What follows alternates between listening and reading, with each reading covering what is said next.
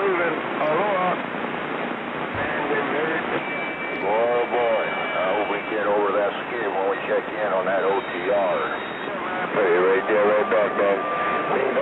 Yeah, I agree. Well, let's try it. Let's see how we do here on the Old 2 Radio Network. TV, because in case you did not know, we're being brought to you by OTR. Brought to you by 27.085 megahertz. Brought to you by RADI. The Old Tube Radio Network. All right, is that just me? Or does it sound out of phase? It looks like it's okay on the meters. It sounds out of phase to my ear. The Old Tube Radio Network, as you can hear, the conditions are happening this evening. The sun is down here on the West Coast, but we've had skip from the East Coast. We've now got skip from the Pacific, and maybe we will have skip from who knows where on your Old Tube Radio Network tonight. My name is Dennis, the net controller for this episode of the Old Tube Radio Network, something that has been happening on this channel, channel 11, 27085, for about 37 years, since the middle of the 1980s, when a group of us got together and said, you know what, it would be nice if we could gather together and talk on our vintage tube CB radios, and we did just that, and we are still doing just that. The shortwave listeners join us at the beginning of the net to say hello and get their tube radios tuned up if they have them. You can also join us at oldtuberadio.net on the audio stream, and I think there you will find a link to join us on the video stream, which is up as well. So first, I will take some early check-ins because a lot of people need to do whatever they need to do. It is very busy, but I want to get 00 checked in if you're out there. Over. 00, Dennis, 00 checking in. All right, Joe, you're sounding good for those playing the OTR home game. We are on week 4 out of 4. So look for 9/17/2022 to play along here. Before I go any further, are there any local stations that would like to get checked in? See if we could grab you through the skip noise. Over. 24, I'd like to get checked in. Hey, Joseph, we'll get you checked in. 24 sounding good. It is, the sun is down and it's definitely bedtime. Thanks for checking in. 3499, 100. Turn a play back in your reading. I'm clear. Anyway, have a good night. Thank you for checking me in. I might make another live appearance next Saturday. All right, we will try and see if we can expedite that as well. Thanks. Big Head 99, I'm gone. Anyone else locally jump in between the skip? Will get you checked in if you need to scoot. Yeah, good evening. Dennis, can I check out? Bel Air the Legend. All right, 53 Bel Air the Legend for the Old Tube Radio Network here in Central California. Bob, we've got you checked in. Over. Ezekiel 100, Mobile checking out. Now we got people checking out as well. We got you checked in, Bob. Thanks. Have a good one there, Dennis. The hammer is Dennis. Kingpin Delta 19 Honolulu. I'm gone. I'll see you, buddy. All right, everybody, we will get started. What we do, and we try to do, listen for the tube radios, which we'll do after the roll call. I want to say hello to a few stations. I've got one station that I want to check in with on Echolink before we get started. Also, some of our listeners joining us from the Voodoo crew tonight. Voodoo crew, yeah. I've got my official... And I always try to see if I can earn this. I don't know if I will be able to do that tonight, but I've got my official, let's see, let me go to the less than stellar close-up camera, which is right there. And there you go. The Voodoo Labs, the Voodoo crew joining us tonight. Who's out there? I think I definitely saw Mr. Mac and Mark. And let's see, is that Dan? Is that Dan from Sacramento? I don't know. But anyway, they're listening out there hoping to catch a glimpse, a listen to some of the great tube radios. And thanks for joining us in. Hey, and Dan, I just want to mention, speaking of Voodoo Crew on the Anon, sounding really good at 5K with some super loud, good sounds coming out of that. So we'll be looking forward to chatting some more on that. Let me see, it's calming down a bit. Any more early check-ins locally here for the old Tube Radio Network? Number one. 899, number one, going to check out of here. All right, number one's going to check out. Let me try, before I go, we have a guest check-in, and I'm going to try the Echolink link. Let me make sure I've got it up here. And I want to try the Echolink link and see if Reverend Dr. Cherokee, Gary, who would probably be able to check in if it was not for the cacophony that is 11 meters. Are you there, Gary, on Echolink? Give us just a quick check. I want you to say hello radio to the gang here, K6KRZ, KB6GFD. And we're listening to see if Gary is on the Echolink link here. Good evening. I'm really glad I was able to get seen here. I've been kind of wanting to get with you guys for a while, but it's been a little bit difficult because there is too much DX. And I'm hearing myself in the background as a delay, which is kind of fun. Because I have the other thing turned on. Hello, everybody out there on OTR. I'm going to give it back to Dennis for a moment. Okay, yeah, I think you've got another device turned up or something, but I do hear you. Gary was a local here long ago and far away, and is now in his secret haunt out there somewhere in Arizona. So thanks for joining us on the Echolink link, and Gary has actually checked in live and direct from his location there. Thanks, Gary. I just wanted to get you checked in if you needed to run. Thanks for joining us on the Old Tube Radio Network. Over. Hey, thank you a lot for letting me get in there. And, yeah, I was all set. I got the linear. Well, I got that thing on over there. I got 1.5 kilowatt for that. So I was all ready, but nothing happened. So it's too noisy. I can't get into you guys. All I hear is Hawaii. All right, everybody, have a good night. Everybody take care. I'll see you another time. Bye-bye. All right, 73, thanks for joining us. Gary checking in via Echolink, used to check in direct, and is waiting and willing to check in over the skip if that works. Thanks, Gary, sounding good on the Old Tube Radio Network, KB6GFD. Same, I hear that people trying to call you. Okay, let's go back to the roll call. As you can hear, the skip is coming in from Hawaii. Let me bring up the DX map, and you can see exactly what is going on. Here's the maximum usable frequency, the sporadic heat, starting to form up in Oregon, Washington, not so much. Arizona coming in, a little bit in Idaho and Nevada. That will be a factor coming up later when the skip dies out from the Pacific, so possibly look for stations coming in that way. What's happening right now, let's go to the DX map, and here's where you're hearing, seeing all the, there are a lot of black lines coming from northern and central California, and that's heading out to Hawaii. That is what we are hearing right now.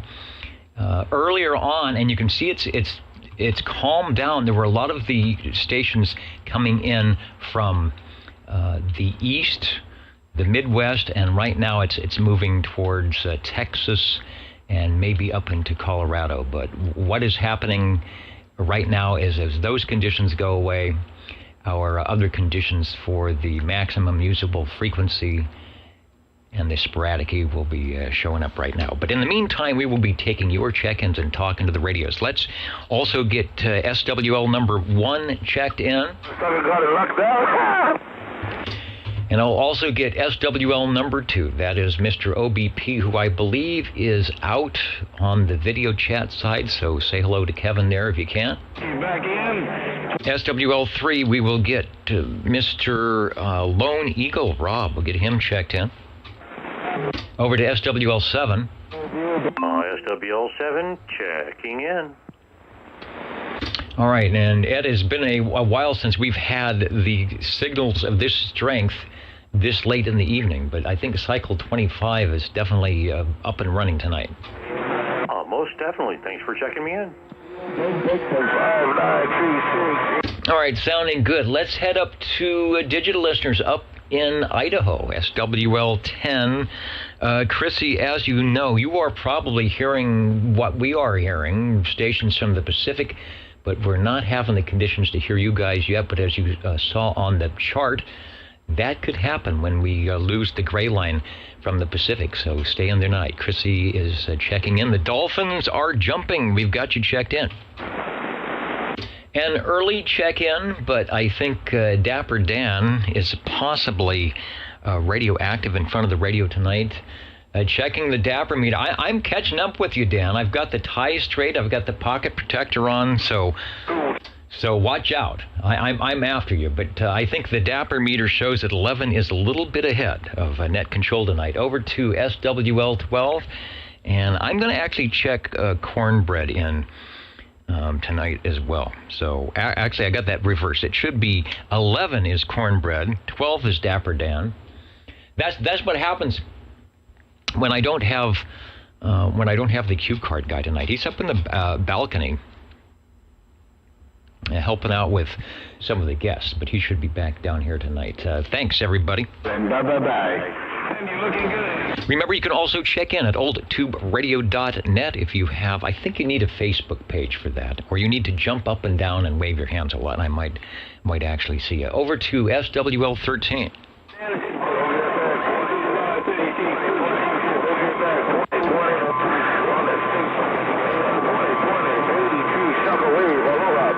And over to SWL 14. Sean, it is going to be very tough, but give it a shot out of Sanger, listening for 14.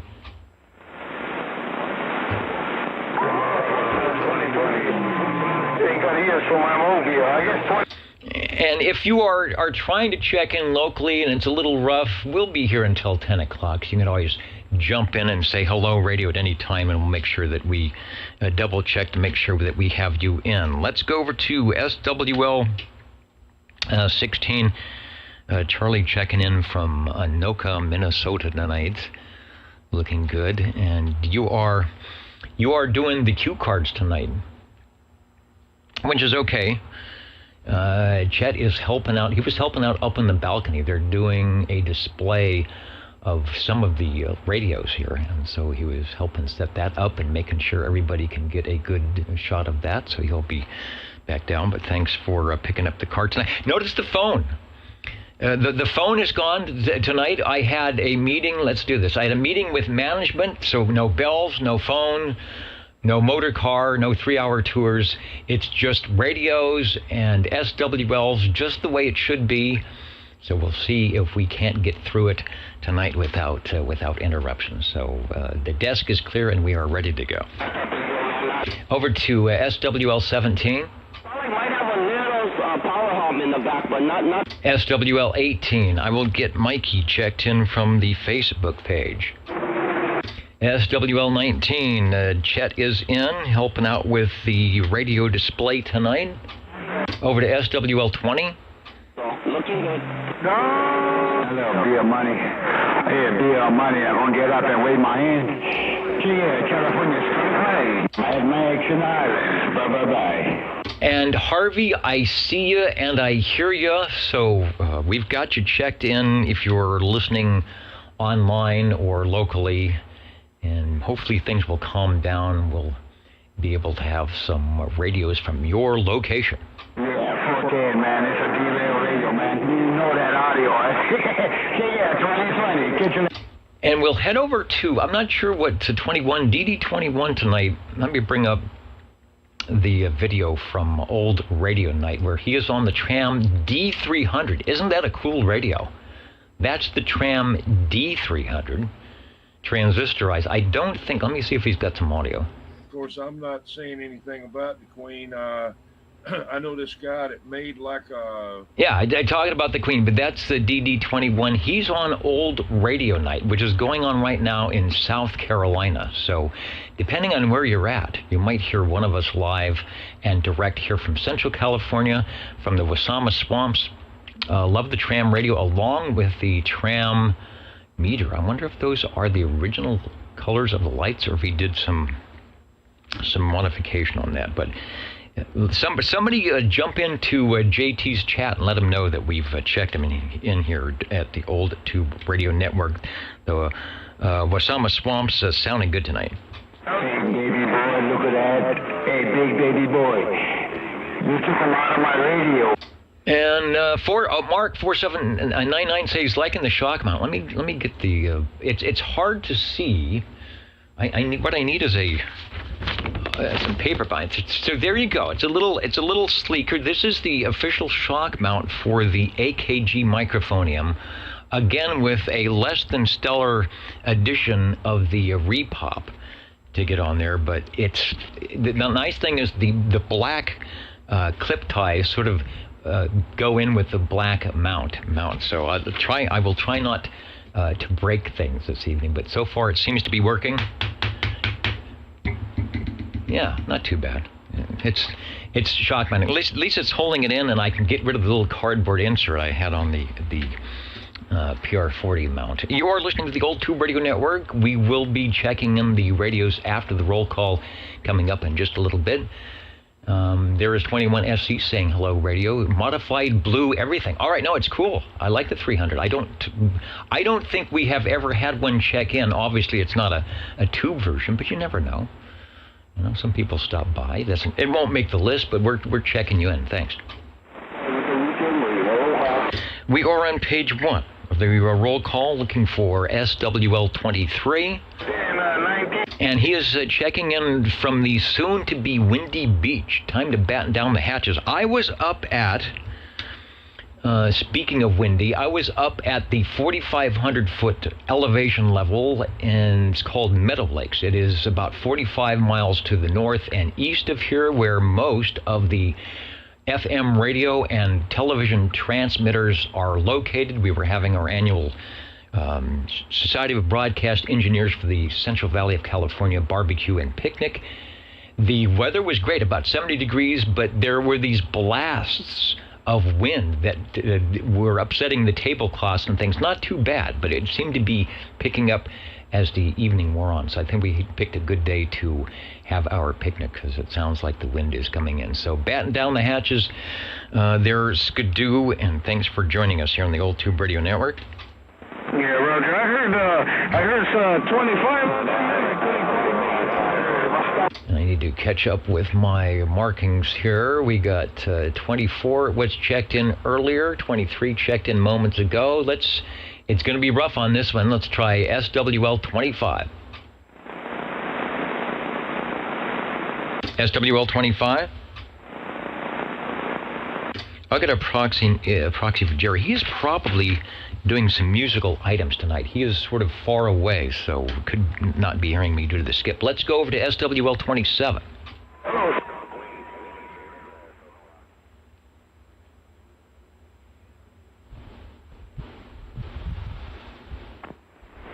Okay, I think that was 27. There was a big carrier, but there was no audio. Was that you, Dwayne? Over?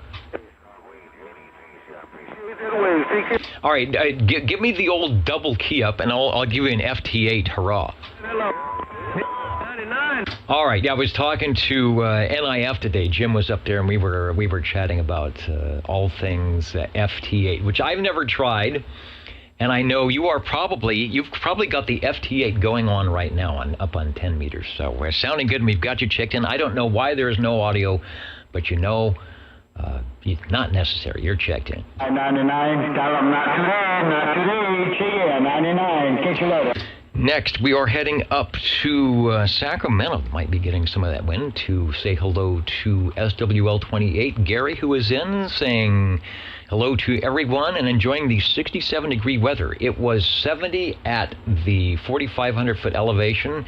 Down here, it was about 87 today. It's probably about 78 right now. and it's a great day to play radio. Thanks, Gary. Tootsie Pop 1, 2, 3. All right, now somebody's got a Tootsie Pop around here, so I'll see if I can get one. Maybe Bob and Steve will tell us how to find those. Got a proxy check-in for SWL 29, and Dwayne, who's up there in Idaho with Chrissy, is standing by the Browning and the Robin tonight, perhaps waiting for the maximum usable frequency to open up. Let's see where it's at. Let's go to the chart and see where it's at right now. If I get the right page, it should be showing... the DX map went away. There we go. Got to press the right buttons there. Still looking pretty good for Nevada, Arizona, and Idaho. We're still needing some numbers to come up there in the 30 range for 10 meters. SWL 31. And you can hear as quickly as it comes in, it will go away on the gray line skip conditions. SWL 32. And I know for those of you up in the higher altitude, you are probably still hearing the DX sounds quite well. SWL 33, that's myself, Bozo Control, and the crew here. We will get everybody checked in. Class ended 10 minutes ago. I'm clear. And that is some decent audio. SWL 34. See if Jimmy and Captain Chaos might come in just a little bit later. 21, go on, crew change, aloha. Heading over to SWL 35. That's Mr. Bill, who I think is said they had some new stock of items out there for Red Monkey Communications. If you're looking to keep your CB Radio Shack nice and well stocked, go see Mr. Bill up there in Cheyenne and Red Monkey Communications. He's checking in from Cruel, Wyoming tonight. Bill, good to have you along. SWL 36, Jerry, I see you there. Says he can't get into the Echolink tonight. No problem. We'll grab a few here, probably at the end of page 2 or so for Echolink tonight. But you are looking good from Peoria, Arizona, where we might have some conditions happening tonight. So be listening in on your 27085 radio. Over to SWL 37. I know I can hear this guy. All right, baby boy, big shot, baby boy. Baby boy, big shot. Bye, Kid Dynamite. Bye, Kid Dynamite. Take here, Kid Dynamite. Mad Max, weaving. Bye. Still getting those 20 over signals. SWL 37. Hello, Chris. Proxy, Chris. I will do that. He'll probably be back in the air chair a little bit later, but I'll put the X in the square. Let's go to SWL 38. Sam in Byron, California, always pointing the antennas this way, but still don't have the right conditions. Bye. SWL 39. And SWL 40. I am looking for Larry 785. I'm bringing up the videos, but I don't see anything happening just yet.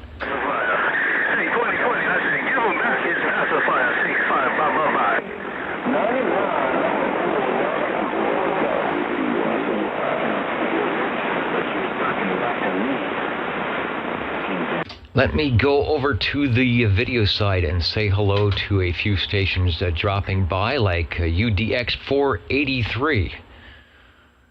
Said he's been getting a lot of Colorado, California lately, having fun on the bands as we should. Good deal. Steve Foxman 362 says it sounds like E-Skip is kicking in.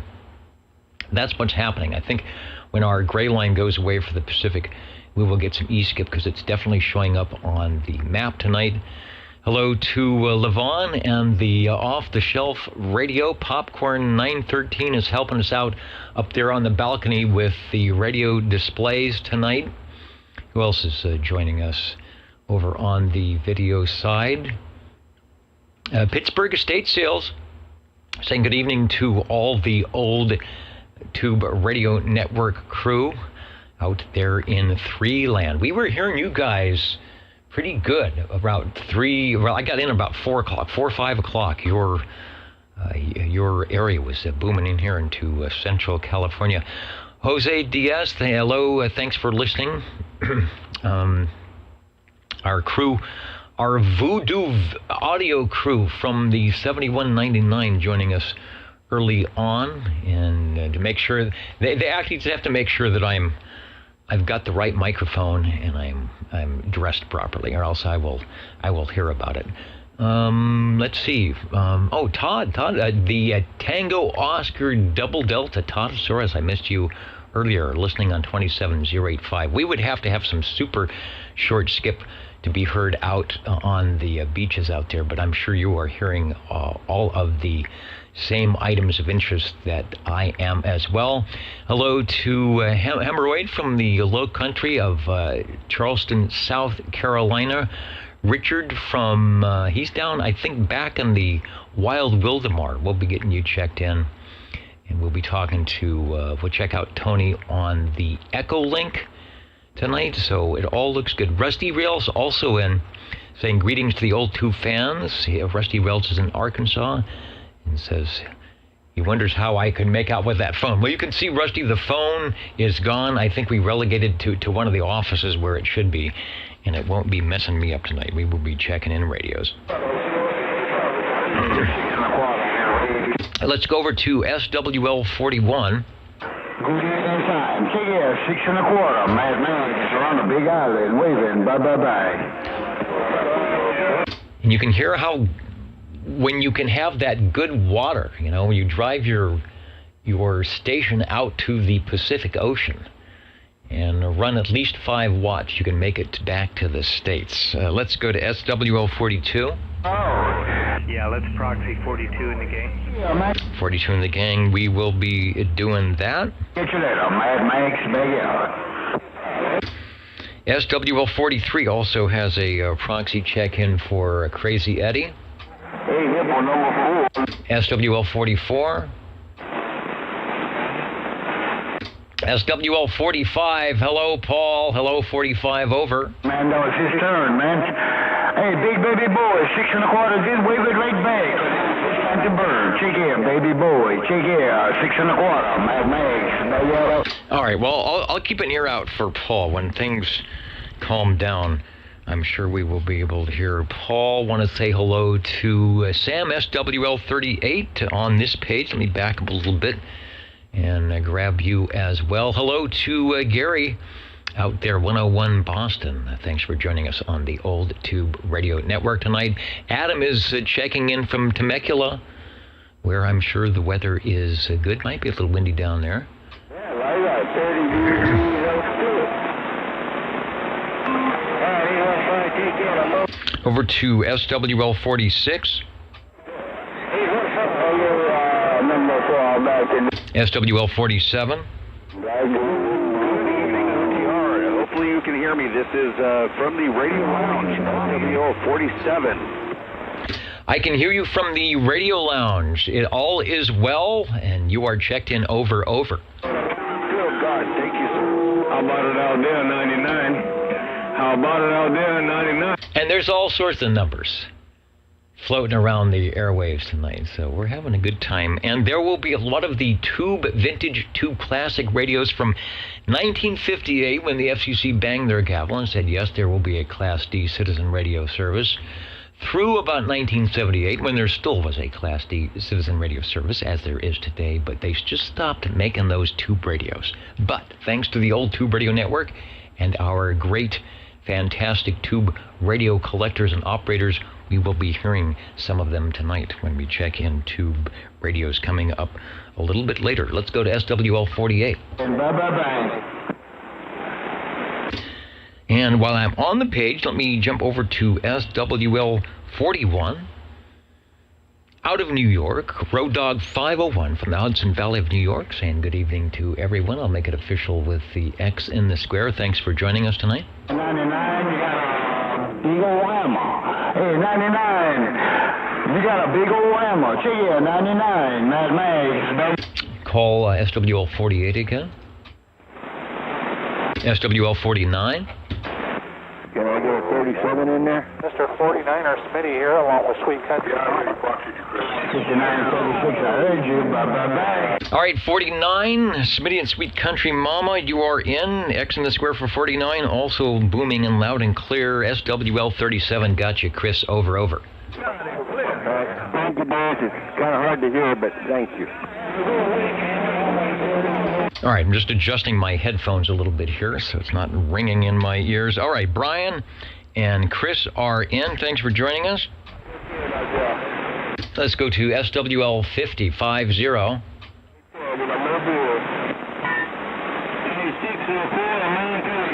SWL 51, I saw Dave checking in on the internet site. It's going to be hard to hear Sanger tonight. Didn't drive too far from Sanger on the way up to the hill. Out there on Academy Avenue. Nice drive up to the hill today. Got you checked in, Dave. SWL 52.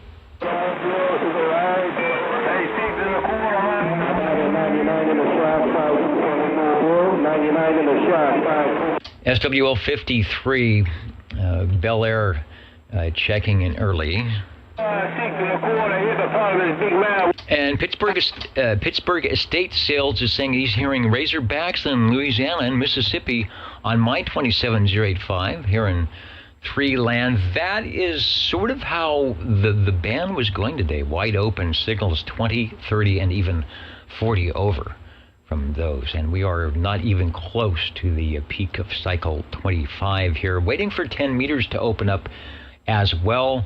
Looking for the FM repeaters. I heard a few of those, and really wanting to do some 10-meter AM up there at 2900. You know, when there's 400 stations here on Channel 11 and you can't make a contact, or maybe you're making a contact with all of them, you can go up to 10-meter AM and there will be 4 stations. You'll be able to pick and choose. Pretty nice. I'm working on my sticky.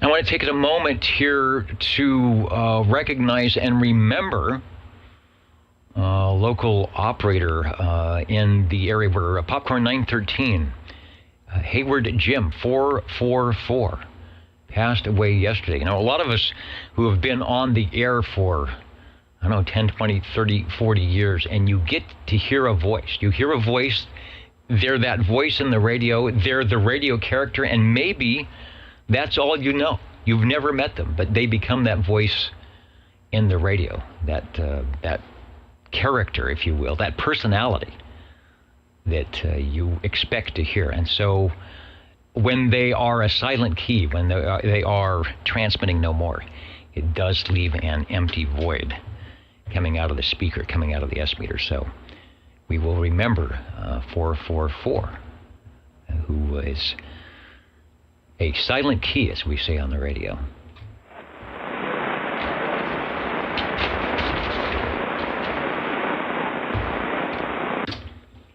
Page 3, if you're playing the home game, SWL 54, Mr. Board Jammer checking in over to SWL 55. Let's see if I can be heard across town, SWL 56. Well, good evening, Dennis in the net. 56, just for kicks. All right, sounding good. Oh, I'm getting a little, I've got the window open. We're getting some of that breeze. I'm getting a little bit of the window. Let me check the, yes, the running man is up.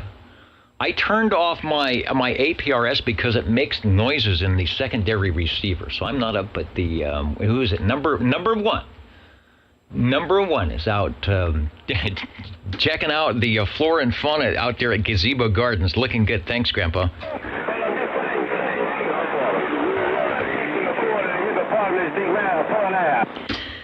The Gold Tube Radio Network. You can hear the skip is running from the Pacific right now. You never know where it might come in. It might go. We've got some powerhouse stations that are ready to pounce. We've got Chrissy and Dwayne up in Idaho that have checked in multiple times. Sam is waiting in Byron, and there is this locomotive of RF that is just outside Phoenix. I won't say the exact location of the secret station in Arizona, but Radio Randy is pointing the arsenal this way to Central California, and he's ready to take a transmission, as we used to say on the old AM days. He's ready to take a transmission here on the old Tube Radio Network if we would get those conditions to happen. So, Randy, thanks for joining us. Let's go over to SWL 57.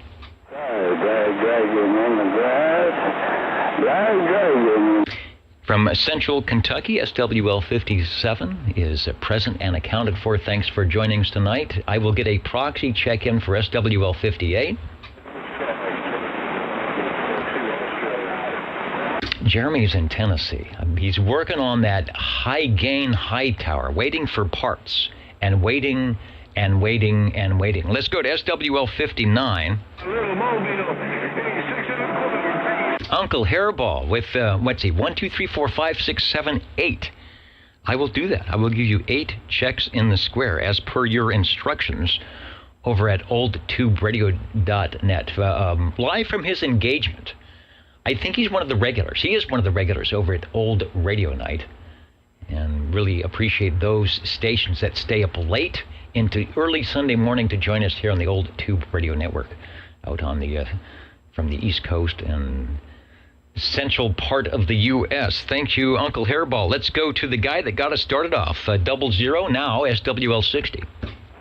Thank you much, Air Dennis. SWL 60 checking in on the 291 base, the DX 2527.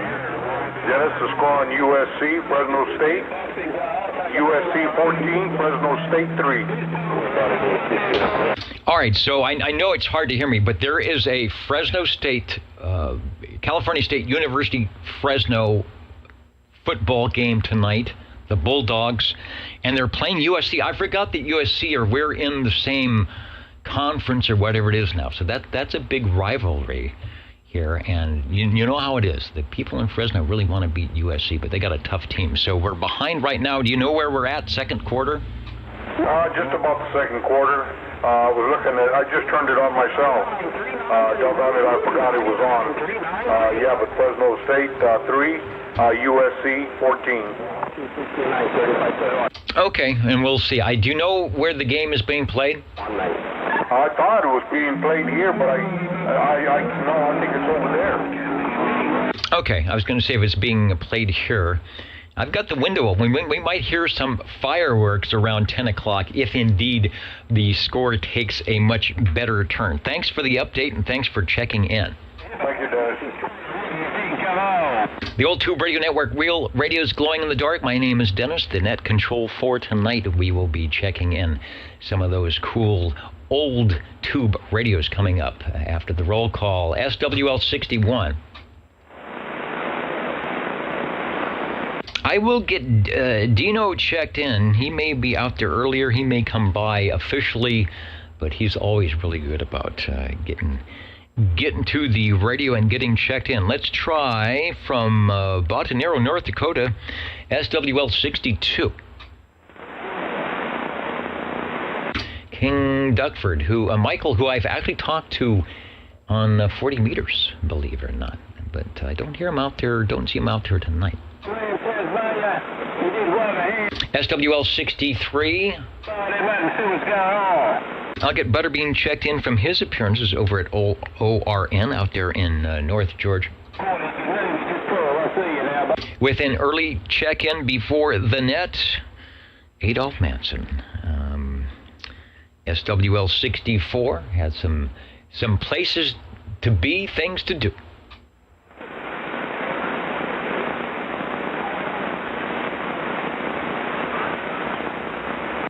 Let's try SWL 65.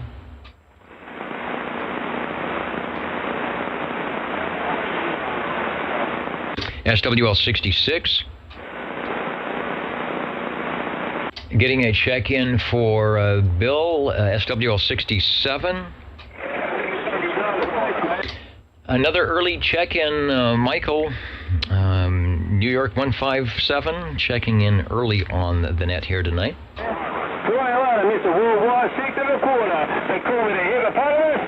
And likewise, SWL 69 Kenny out there in Tulsa, Oklahoma. X is in the square, Kenny, if you're listening or watching the replay.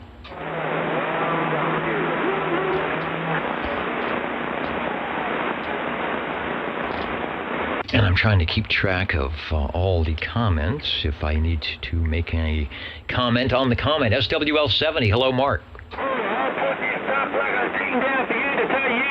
That's Mark up in the foothills. Probably not going to hear me through all this skip. SWL 71, Stan is one of our longtime digital SWLs when we went streaming on the internet.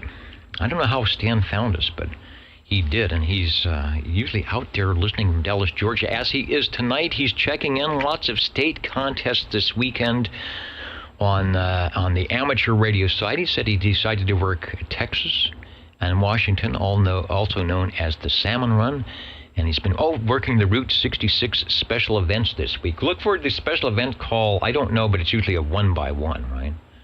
And they will be at the various infamous locations along Route 66, whether it's Flagstaff or Chicago or San Bernardino. I used to know them all. Play that Nat King Cole, that cool Nat King Cole song about getting your kicks on Route 66. And was it Tupelo is one of them? And you will find out where those stations might be hiding out, so you can get those cool Route 66 cards. Great, Stan. That's sort of on my bucket list when I have nothing better to do, is to try and get all the cards from the Route 66, because they're on every year. So you can. It shouldn't be that hard, right? Let's go to SWL 72. 72 checking in. Radio boy, you are a brave radio operator to be out here during all the skip, but you're sounding good. We've got you checked in. Wanted to say hello to Indiana Kid out there in Nine Land. Thanks for listening to the Old Tube Radio Network tonight. SWL 73, getting a proxy check in for John, who might actually be doing some contesting on some of the bands tonight.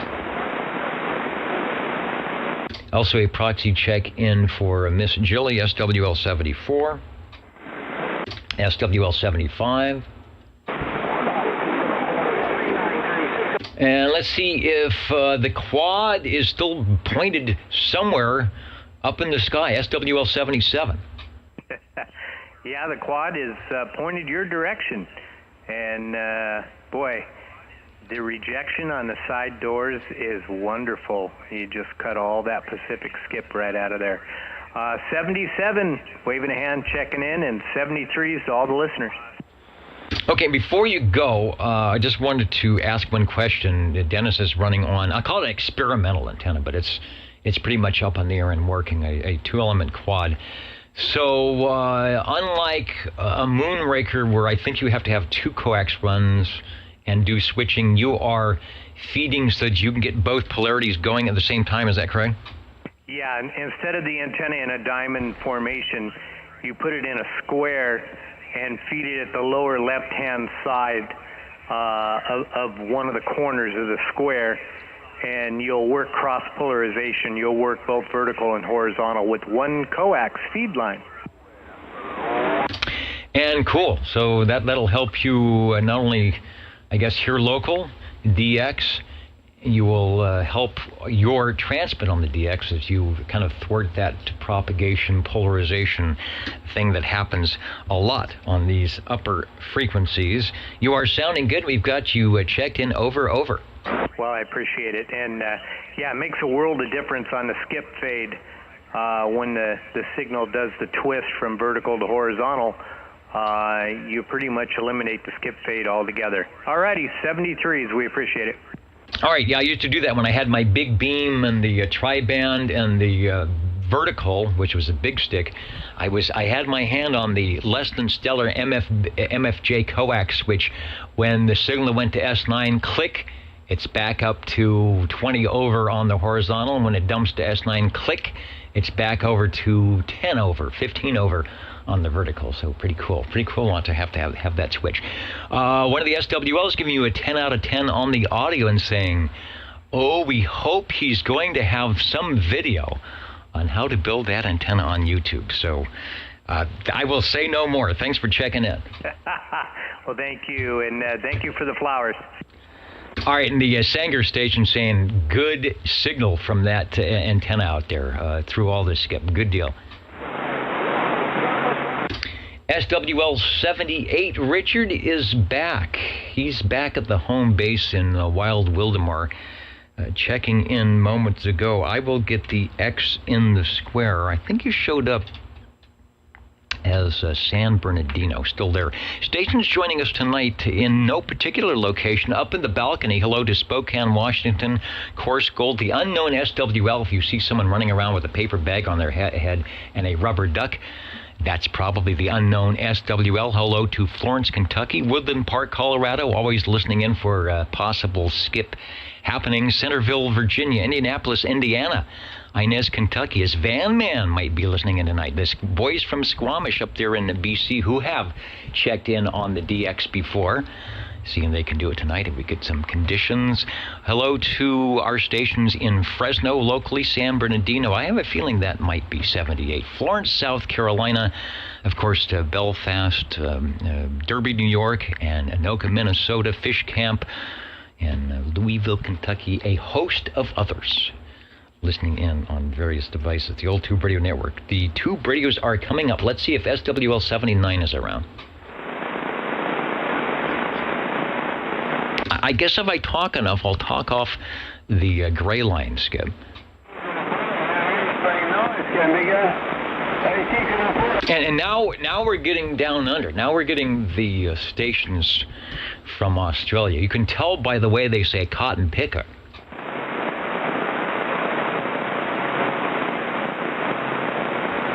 Let's go to SWL 80.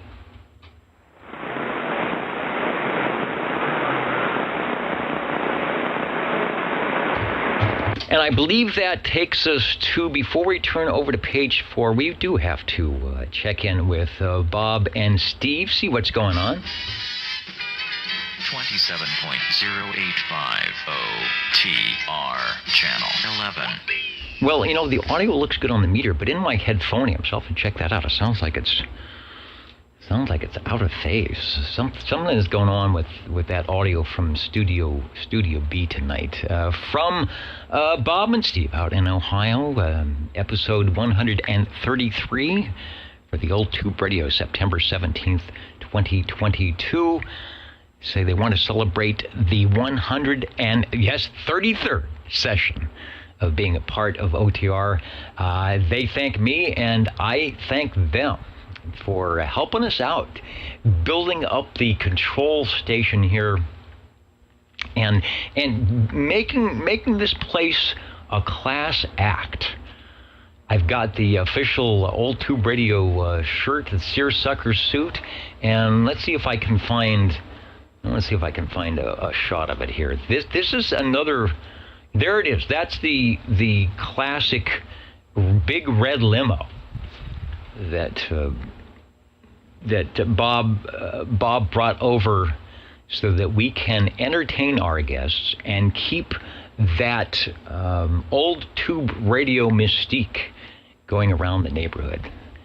It has packed in a lot of good times and a lot of fun. The big red limo doing a great job, thanks to Bob and Steve here on the old Tube Radio Network. What is going on? The hot tub in the green room lounge is closed this week for cleaning, as well we should.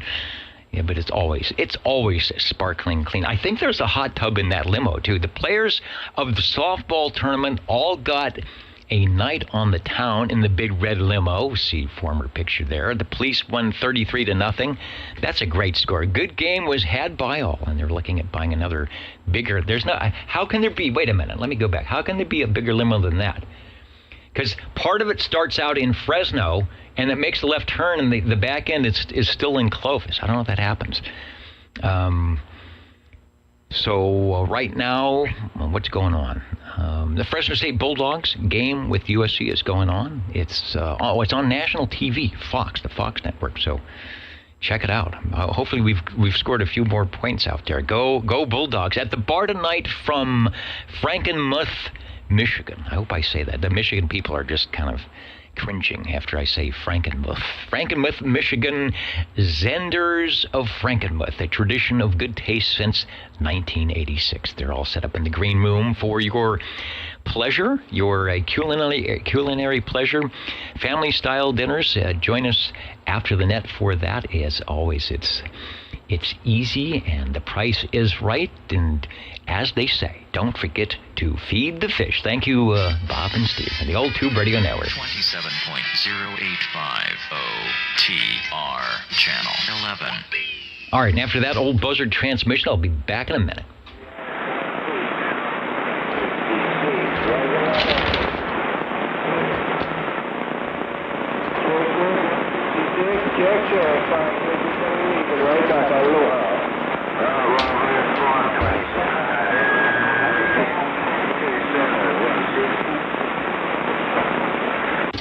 And that skip just does not want to go away. I'm down here in the valley, so those stations up in the hills, the higher elevations right west of the 4,500 feet, I'll guarantee those signals are roaring in, and they are not hearing the mud duckish Old Tube Radio Network here tonight, but hopefully that will change. Page 4 is where we're at. The tube radios are coming up. Putting an X in the square, let me get to my virtual list here. X in the square for SWL 81 and looking for SWL 82.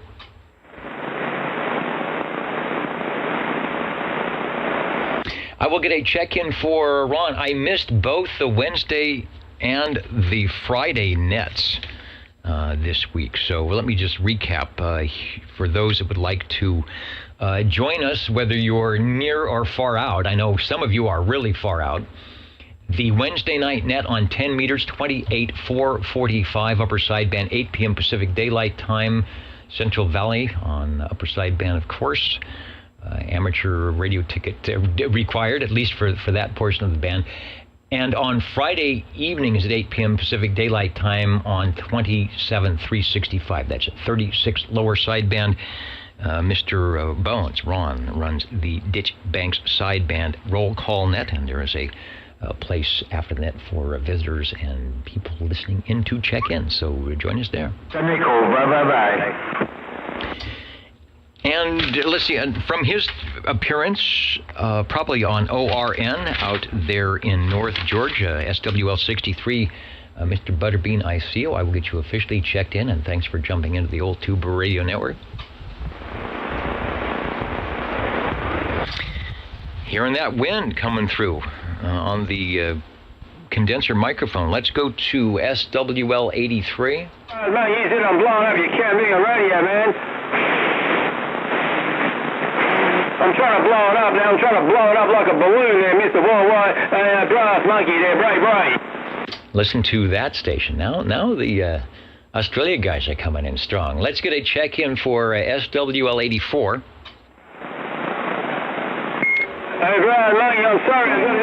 And we'll also get 86, 87, and 88.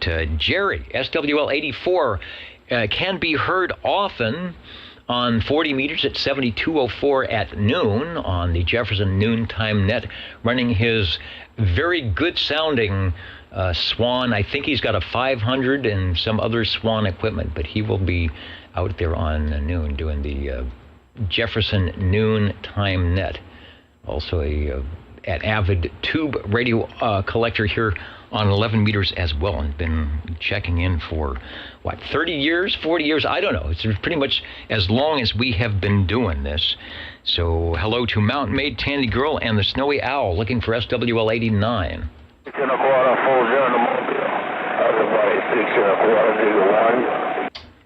40 SWL 90, we'll get a proxy check in for Like a Boss.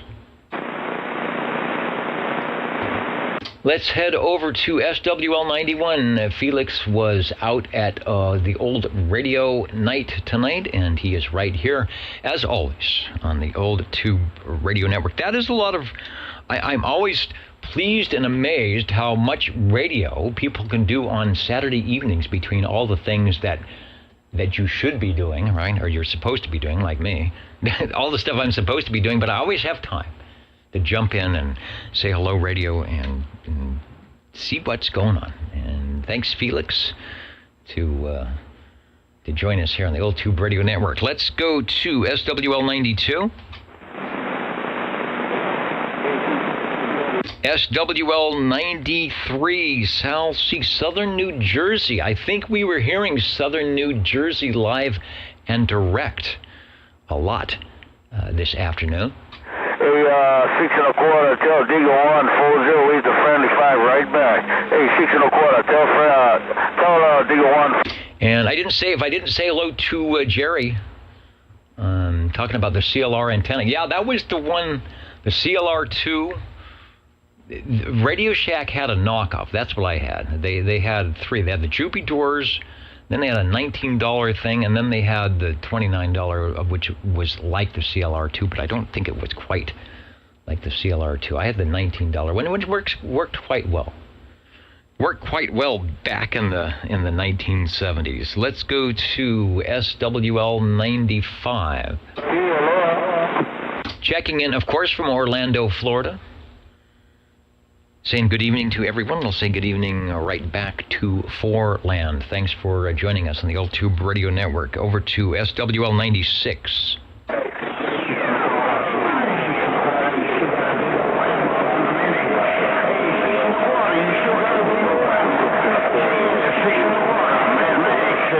All right, I hear 96 jumping through the skip. Not bad. Not doing too bad out there in Kerman. All right, Dennis, if you can hear me, you are checked in. Over. 6 1/4, Whiskey 2. Evening time, 6 1/4, Whiskey 2, Hawaiian Islands, aloha. So let's try SWL 97. You know, that's Jim, Boston 97. He was in over on the old radio night, so I will get Boston 97 checked in. Right back, 6 1/4. That takes us to SWL 98. Tracy, 98, checking in. Tracy, did you sell the LDG Pro 2 tuner yet? I'm just curious. I don't want to advertise something that's not for sale here, but and it may be gone. But Tracy has for sale, let me put it up on the a Pro Z11 Pro 2. That's I believe the auto tuner that will run 100-watt automatic tuner for sale. Says it okay. It said it's still available. Only 9 months old. Used maybe a little less than a dozen times. Only used with a quad 6, so never overpowered. Used it for an antenna, but he's got something different now and doesn't need it. He's out in Friant, but drop him a note on the video chat if you are interested in the Z11 LDG Z11 Pro 2 tuner, and he will chat with you about that. Let's go over to SWL 100. And I'm looking. I think Tony is joining us up on Echolink. So if I'm a smart person, I might know how to do this and not mess things up. So we'll see if we can't get Tony on the Echolink. KD4BAO, KB6GFD, hello radio. Good evening, Dennis. Please check in SWL 100. Good to hear you. KD4BAO, back to net control.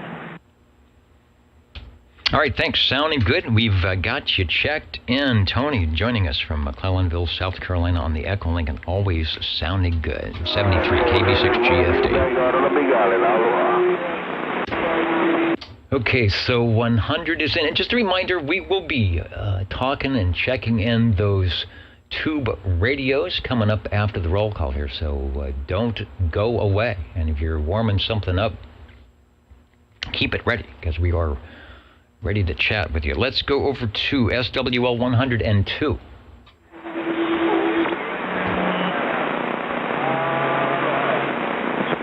And I'm looking to see if...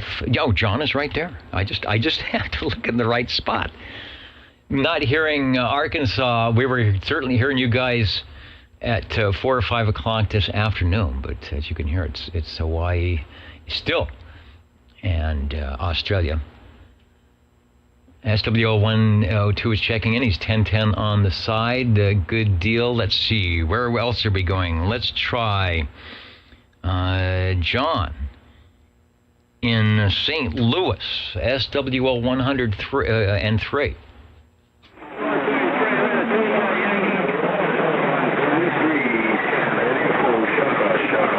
Don't see JT out there just yet in Missouri. He's got a 0 call. Are you looking for him? That's usually a pretty decent hop here on 10, 15, 20 meters. Let's go over to SWL 109. Good evening, Dennis. Crawdad 109 checking in. Wow, big signal as always. And the station from Australia just looked at their S meter and said, "What the heck was that?" Sounding good, sir. Thanks for joining us on the Old Tube Radio Network. Check it out, 133, Mad Max, Big Island, waving, bye-bye. All right, SWL 109 Crawdad is in on the Old Tube Radio Network. Let's go to SWL 110. Much power, but I'm gonna try. SWL 111, Robert checked in earlier. I said a little bit too much skip, and I agree. SWL 113. SWL 114. SWL 114.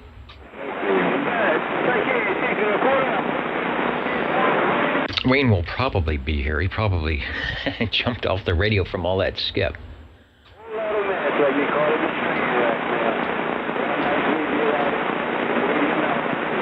Over to SWL 128, who is listening over at oldtuberadio.net. And John, I made the correction, and you were correct, because I changed your popular electronics call. I only have so much space on the roster, so it's like an 8-point type. I mean, it's really tiny, but I wanted to get in there because it's so cool.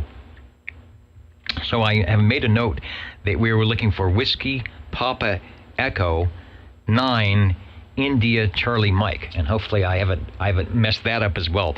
But it has been at least fixed in that mode of operation. Thanks for the update on that. 6 1/4. Over to SWL 131. Over to SWL 133. Franco to you. You know, it is funny. I have gotten used to that key down, or is it that key up on that Browning? Take a transmission 50 over. Yeah, 50 checking in, and would you also proxy 650, please? All right, 50 and 650. Now, there is the classic Screaming Eagle from Mark up there in the hills, up in the foothills, where we were roaming around today up at Meadow Lake. So 50 is in and 650 as well. Thank you, sir. Yeah, good luck with the rest of the show. I got so much Hawaii in my ear, I can barely make you out. Yeah, it's staying late tonight, so thanks for coming through. You're sounding great here. I will check in Dave in Northwest Fresno, SWL 133. Let's head over a little bit closer to Green Arrow, SWL 135. SWL 135.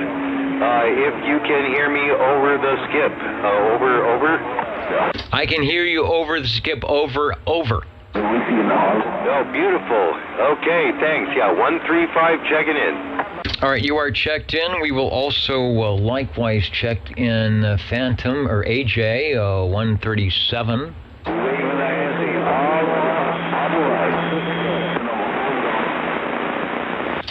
Yeah, I need some bigger, Tony. I need some bigger final tubes tonight.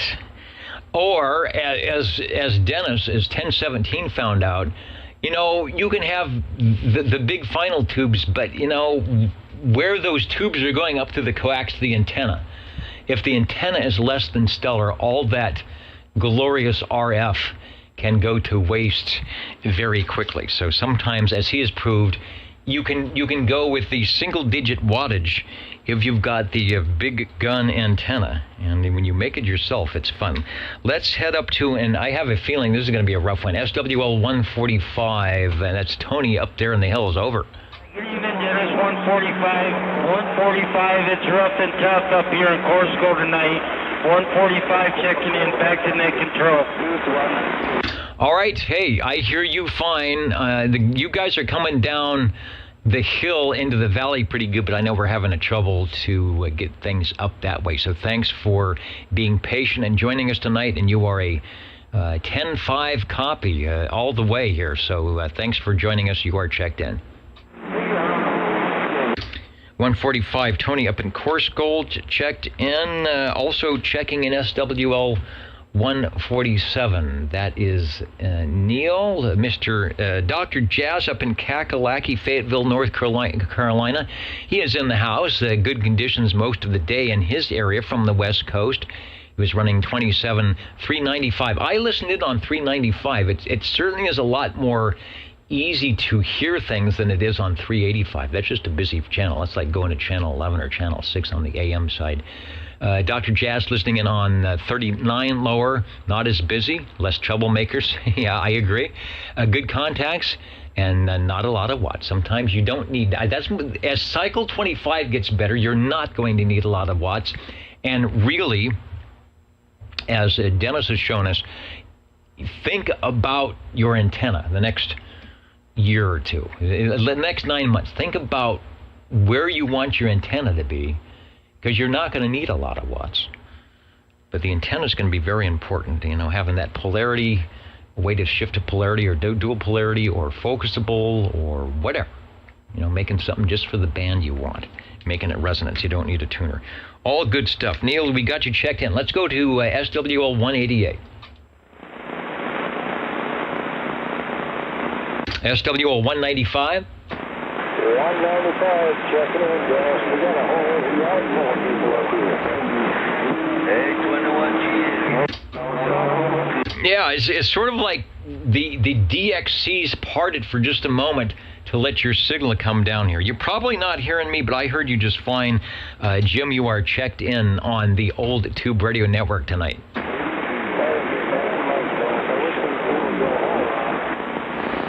Yeah, well, you know, the sun it's barbecue time where they are. At least in Hawaii, the sun is probably going down. The other stations, I'm not sure what's going on. It's tomorrow. It's yesterday. It's somewhere. Let's go to SWL 226.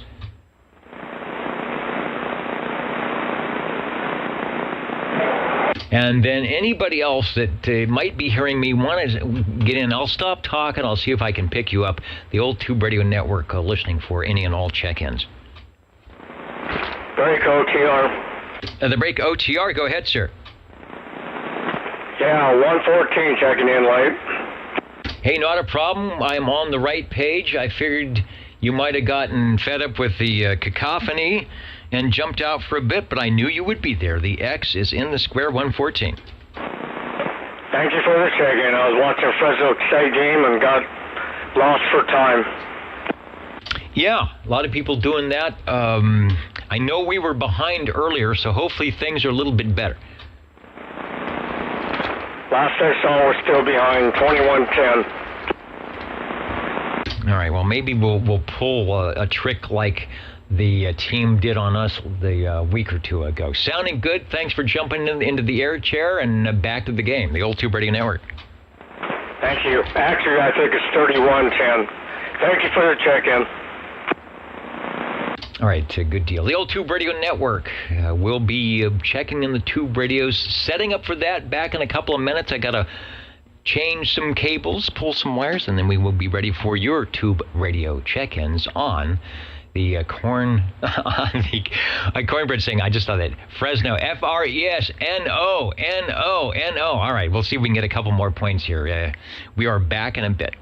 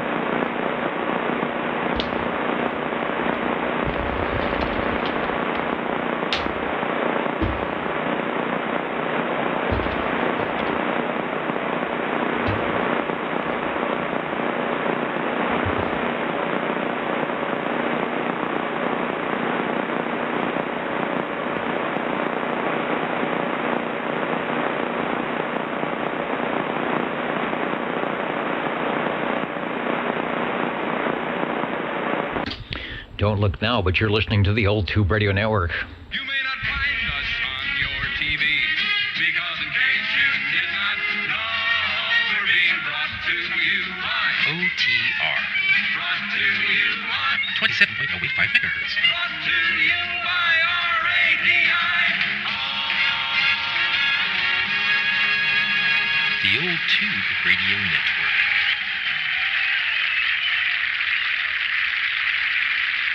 And that could only mean a few things. Actually, it means a lot of things. It means it is the old Tube Radio Network. It means it's Saturday night. You are listening to channel 1127.085, or perhaps listening over at oldtuberadio.net, the YouTube video. And more importantly, it means you are standing by with your completely warmed up Tube Radio to take a transmission and get put down on the official Tube Radio list, the old Tube Radio Network standing by. 37. 135. All right, let's grab things in order. 135, head over to the green room. We will call you shortly. There are plenty of cool things to do. We'll be right back. Heading up into the air chair is Mr. Go Boy. Does anybody ever call you that anymore? Hello, Chris.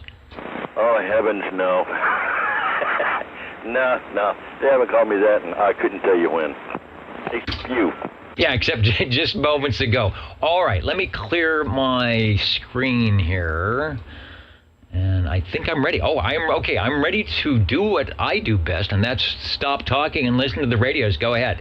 Okay, well, we get to check in a few of them tonight, not just one, not just two, but anyway. Anyway, I would like to check in my Chris 23 Plus.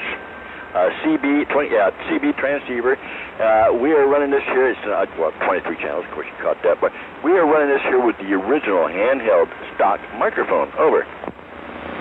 Okay, let's give it a shot. It's called the Chris 23 Plus. Looking through the Rolodex, there's a shot. Let me get a little bit closer for those who are watching the video, or if you're oldtuberadio.net, the photos also, still photos, also going there. If you're listening, then you don't need to do a thing. Chris will do it all with his Chris 23 Plus, one of the radios that is secretly sporting inside that cool Panasonic number 2 or the second generation Panasonic chassis that if you like the Robin radios or the T-Berries, well, the Chris is just like that. Take a transmission. All right, well, yeah, we're getting it in there. It makes me feel good. At least I'm getting this puppy out there, making it work. So I'm doing this here, and I just want to reach out to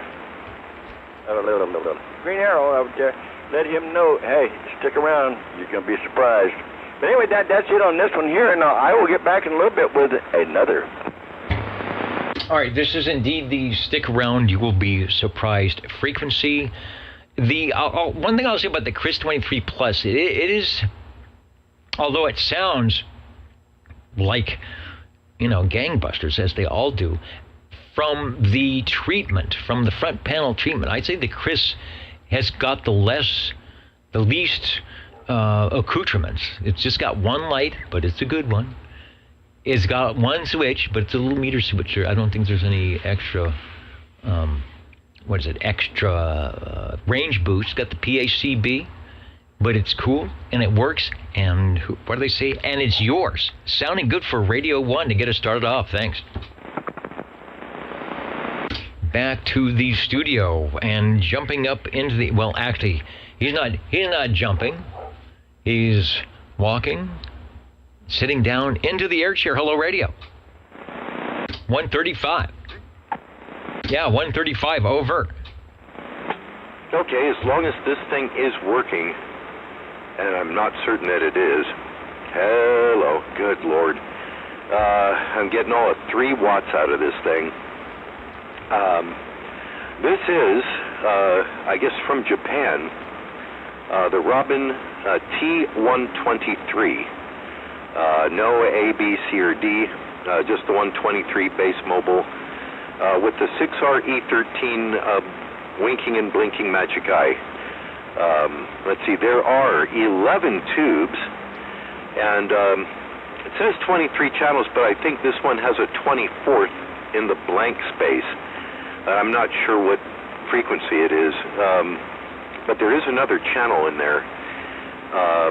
So let's see, I get all that in there. Oh yeah, if you find my picture of this, it is as pictured. I'm using the MT1, that's Mike Tango-1 desktop microphone. Back to you. And I have found your picture. In fact, it says it's from the collection of 135. Let me center it up into the screen. The MT1 microphonium will be the item of interest off to the left-hand side. And that is the official, I guess, Robin. Does it say Robin on it? Yes, sir.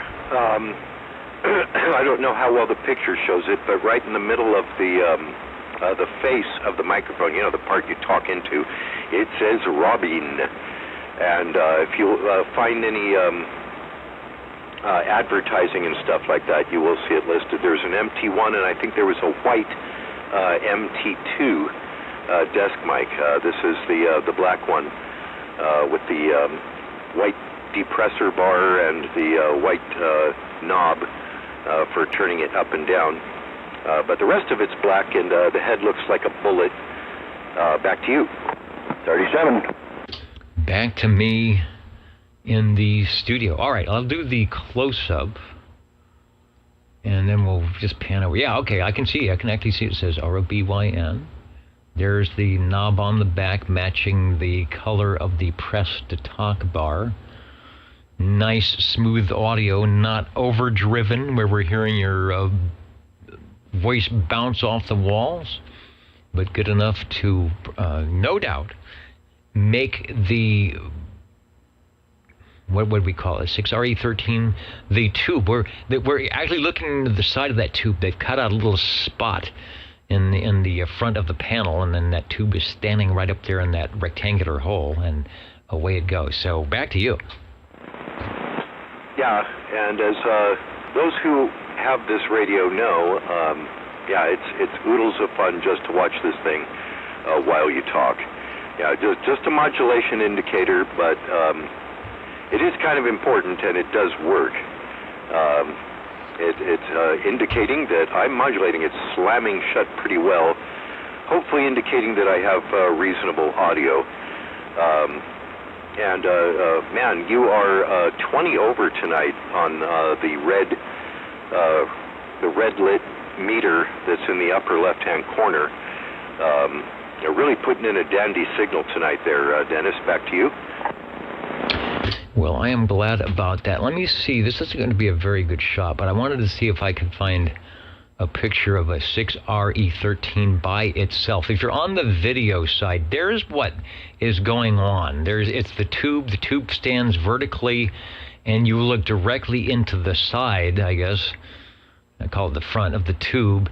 And you've got the illuminations at the top and the bottom, and as you increase your modulation, I don't know if that's a voltage thing, those two upper and lower illuminations will meet in the center, meaning you have achieved your close to 100% modulation. And that's in the radio, and then they cut a little center rectangular space out the front like a channel selector would be, so you can see that tube do its thing. So is that hot? I mean, if you put your finger up there, is that warm?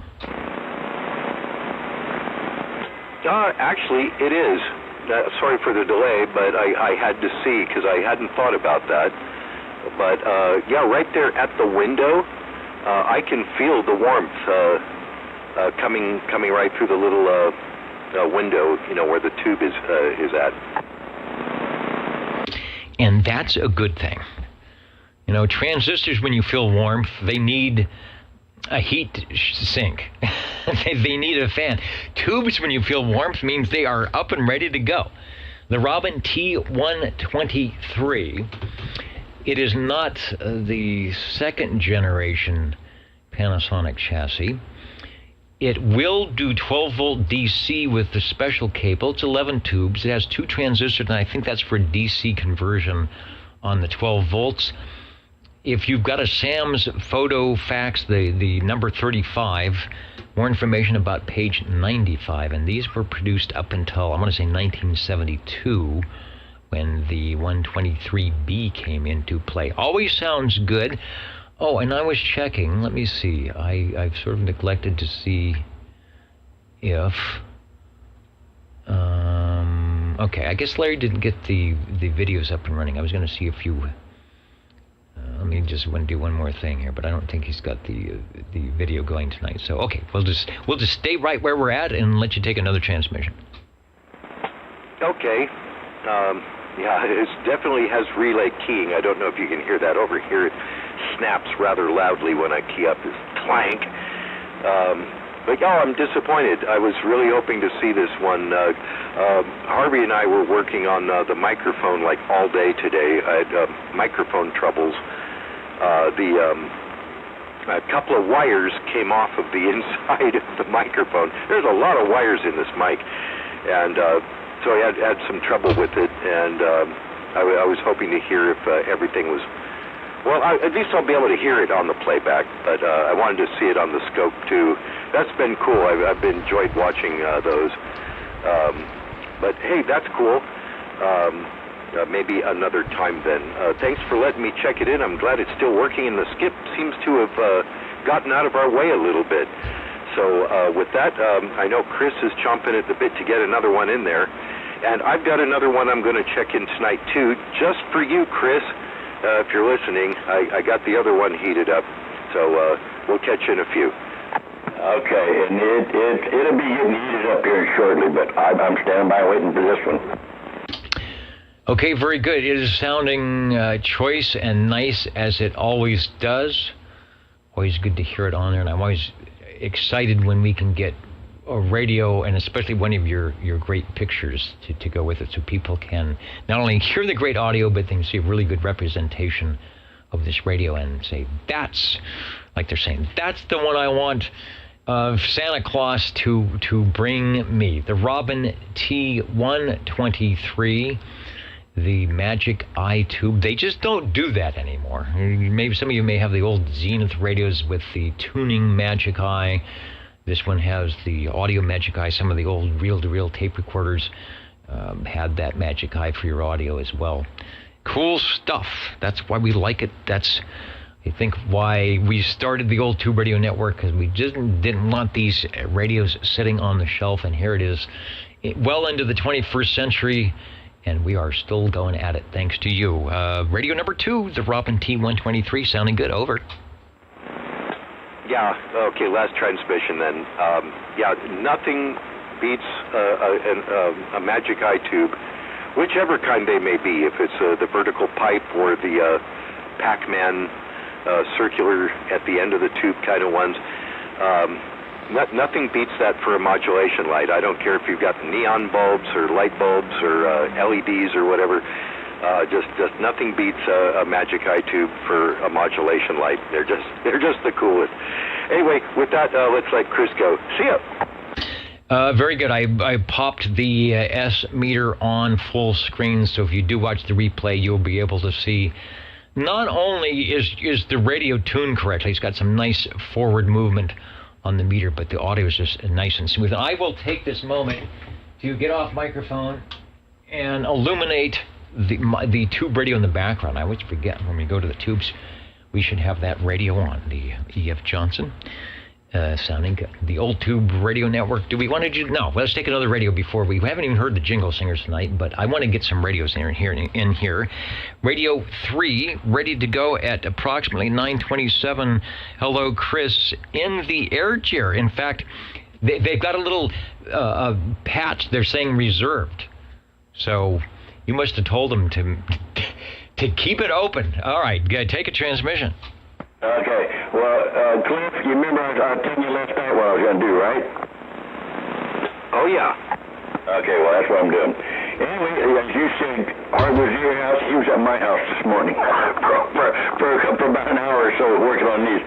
But anyway, Dennis, I would like to check in my G Powermate by Jim Marine Products, 23-channel tuber that glows in the dark. And we are running this here with an amplified D104 Lollipop. Over. Okay, that is explaining something to me, because I remember this radio in prior episodes, and I think you might have been running with a stock microphone, and it is severely flat topping. So I'm thinking you might have that microphone turned up too high. Okay, well, hang on just how's that right there? Take some more speech modulation. Over. All right, I just backed away from the microphone, just seeing if that's good. I know Harvey said something about it maybe too close or whatever. Yeah, that helps. That keeps the peaks that were flat topping from doing that, but it still keeps the audio good, and your room isn't too live, so we're not getting a lot of room noise going on there. I found the picture of the G Powermate. This is also a second generation Panasonic radio, and notice that it has sprouted a few more, another light and some other things as well. So it's got another light than the Chris does, but it has that good sound. Yeah, well, you know, I just turned the microphone down some. I just cracked it just a tiny bit. Is that any better? I know I'm looking at my meters over here, and it shows forward swing, so we're just checking. And that is even better. Take another transmission. Okay, we'll give you a 4 count or a 5 count, a 1 and a 2 and a 3 and 4, and there's a 5, and we're only doing 4.5 watts. 4.5 watts will work. Look good on the S meter. It's got some forward movement there. Your audio is good. Good fidelity on the audio. Yeah, for some reason that one does not like the extra audio flavor. So you got to be careful over driving it. So yeah, it's probably easier to turn it down that way. If you want to get close, you don't have to worry about it. Over. Okay. Now, originally, I've always used the power mic in this here, but the cable, my microphone cord was crackling, breaking the whole way. That's why it's been offline for a while. And I tried to do it myself, and do it yourself.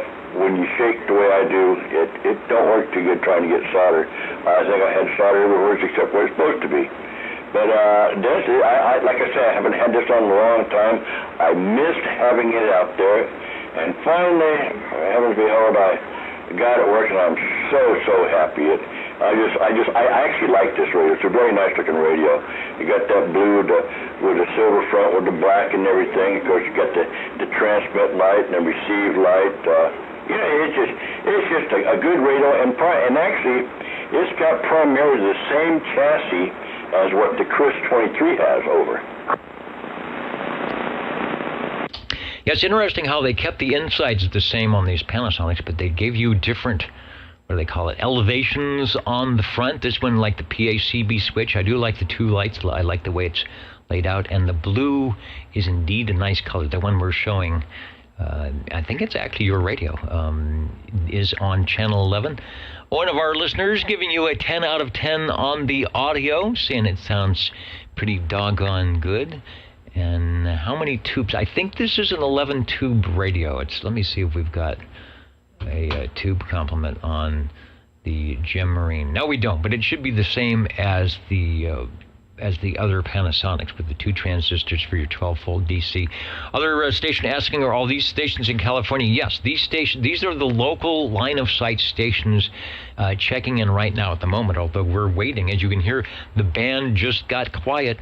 The DX is gone, so the local stations are having a good time checking in. Chris is probably about 4 to 6 miles away. Neither of us have antennas that are super high in the air, so you can tell, 5 watts is doing a good job. Over. And, I was going to tell you also, on the Chris 23, Harvey did work on that one also this morning. If I was having to receive and transmit, to transmit I had to put on wave. To receive I had to put it up to the PA so I could hear it.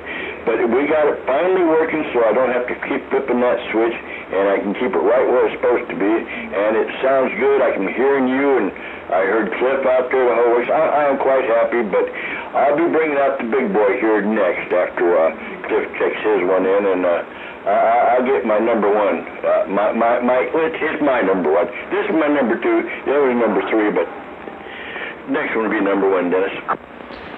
All right, it's an OTR favorite. It's got its own fan club. This one might as well. The Gem Marine G PowerMate sounds good, and glad you can bring it by tonight. Oh, and they're Chet is from way up in the balcony. He's pointing to my pocket. And where did it go? I did not do. Okay, there it is. I did not do our pen tonight for the pocket protector. So let me do that right now while you change radios. This is from Jones TV and Appliance, Gibson, Lytton, Sylvania.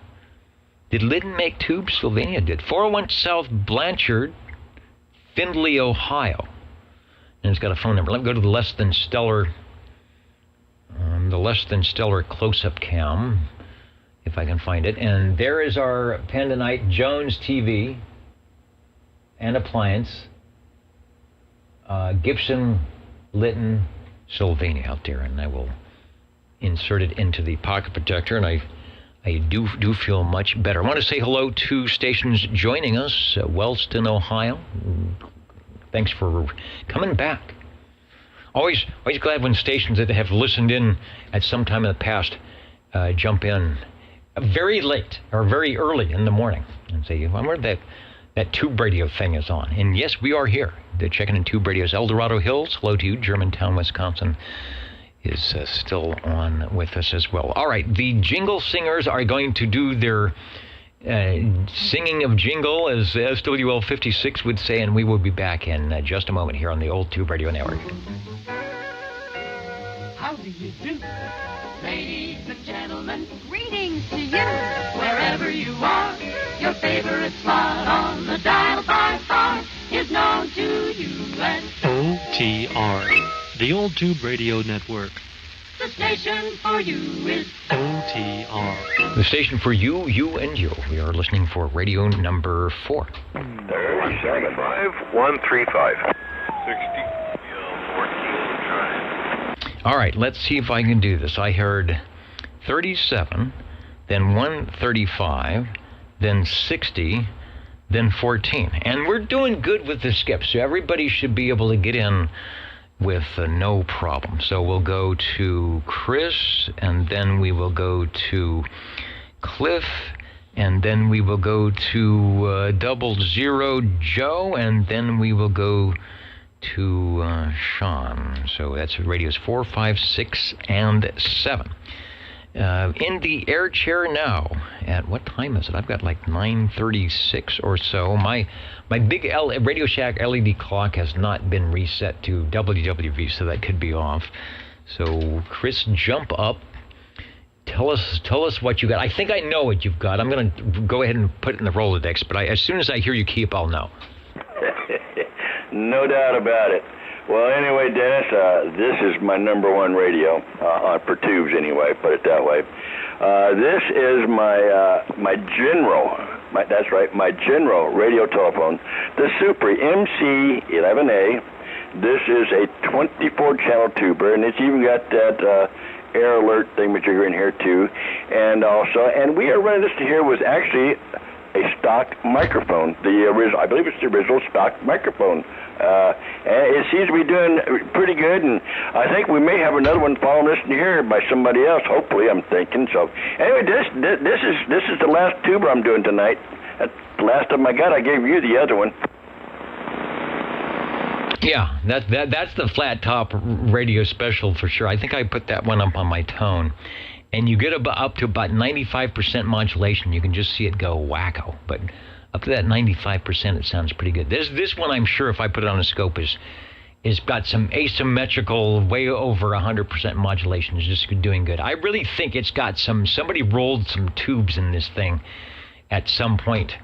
And, you've still got the original tubes in there, and they are just cooking up good. The 12AX7A on the mic preamp, the ECLL800, that was the magic. That was the magic tube from General Radio Telephone that I think they figured out on, the MC8 or the Super MC8 to make that thing scream. There is only 9 tubes in this radio. It has the 2 transistors because it will do the 12 volts, and there it is on our photo shop for Radio 4. Back to you for a transmission before we go ahead. Okay, Des. I do thank you much for being there. You guys out there that listens to all this stuff, a lot of us guys get out here and do this stuff, but you got to realize there's one thing. We would not be doing this as much if it wasn't for Dennis being out here for all these years. Well, we've been in there something like 36, almost 37 years, somewhere right in there, that this has been going on. So, we all hands go out, our hats all go out towards Dennis there. So you always got to give him the big hat, for he's the one that makes this possible for everybody, and plus his brother in Kansas helps also. Well, thanks, Chris. I'm one of the many net controllers that have been gracing the air chair since this started as a let's sneak away from channel 14 so we can play on the radio kind of thing ever so long ago as to what it is now. And we are glad that our listeners from near and far out join us, and we also encourage them to do something similar, a get on the air radio night with whatever you got. And there are a couple of things doing with the JT and ORN. So it's keeping the 11-meter radio active. It's keeping people interested in collecting. It's keeping people interested in being on the radio, in expanding their horizons, whether it's to build an antenna, to get your amateur radio license, or to just sit back and SWL all the fun. So yeah, for those of us, and the many of us who have what I call the radio sickness, bit by the radio bug whenever it was, this is a good place to hang out.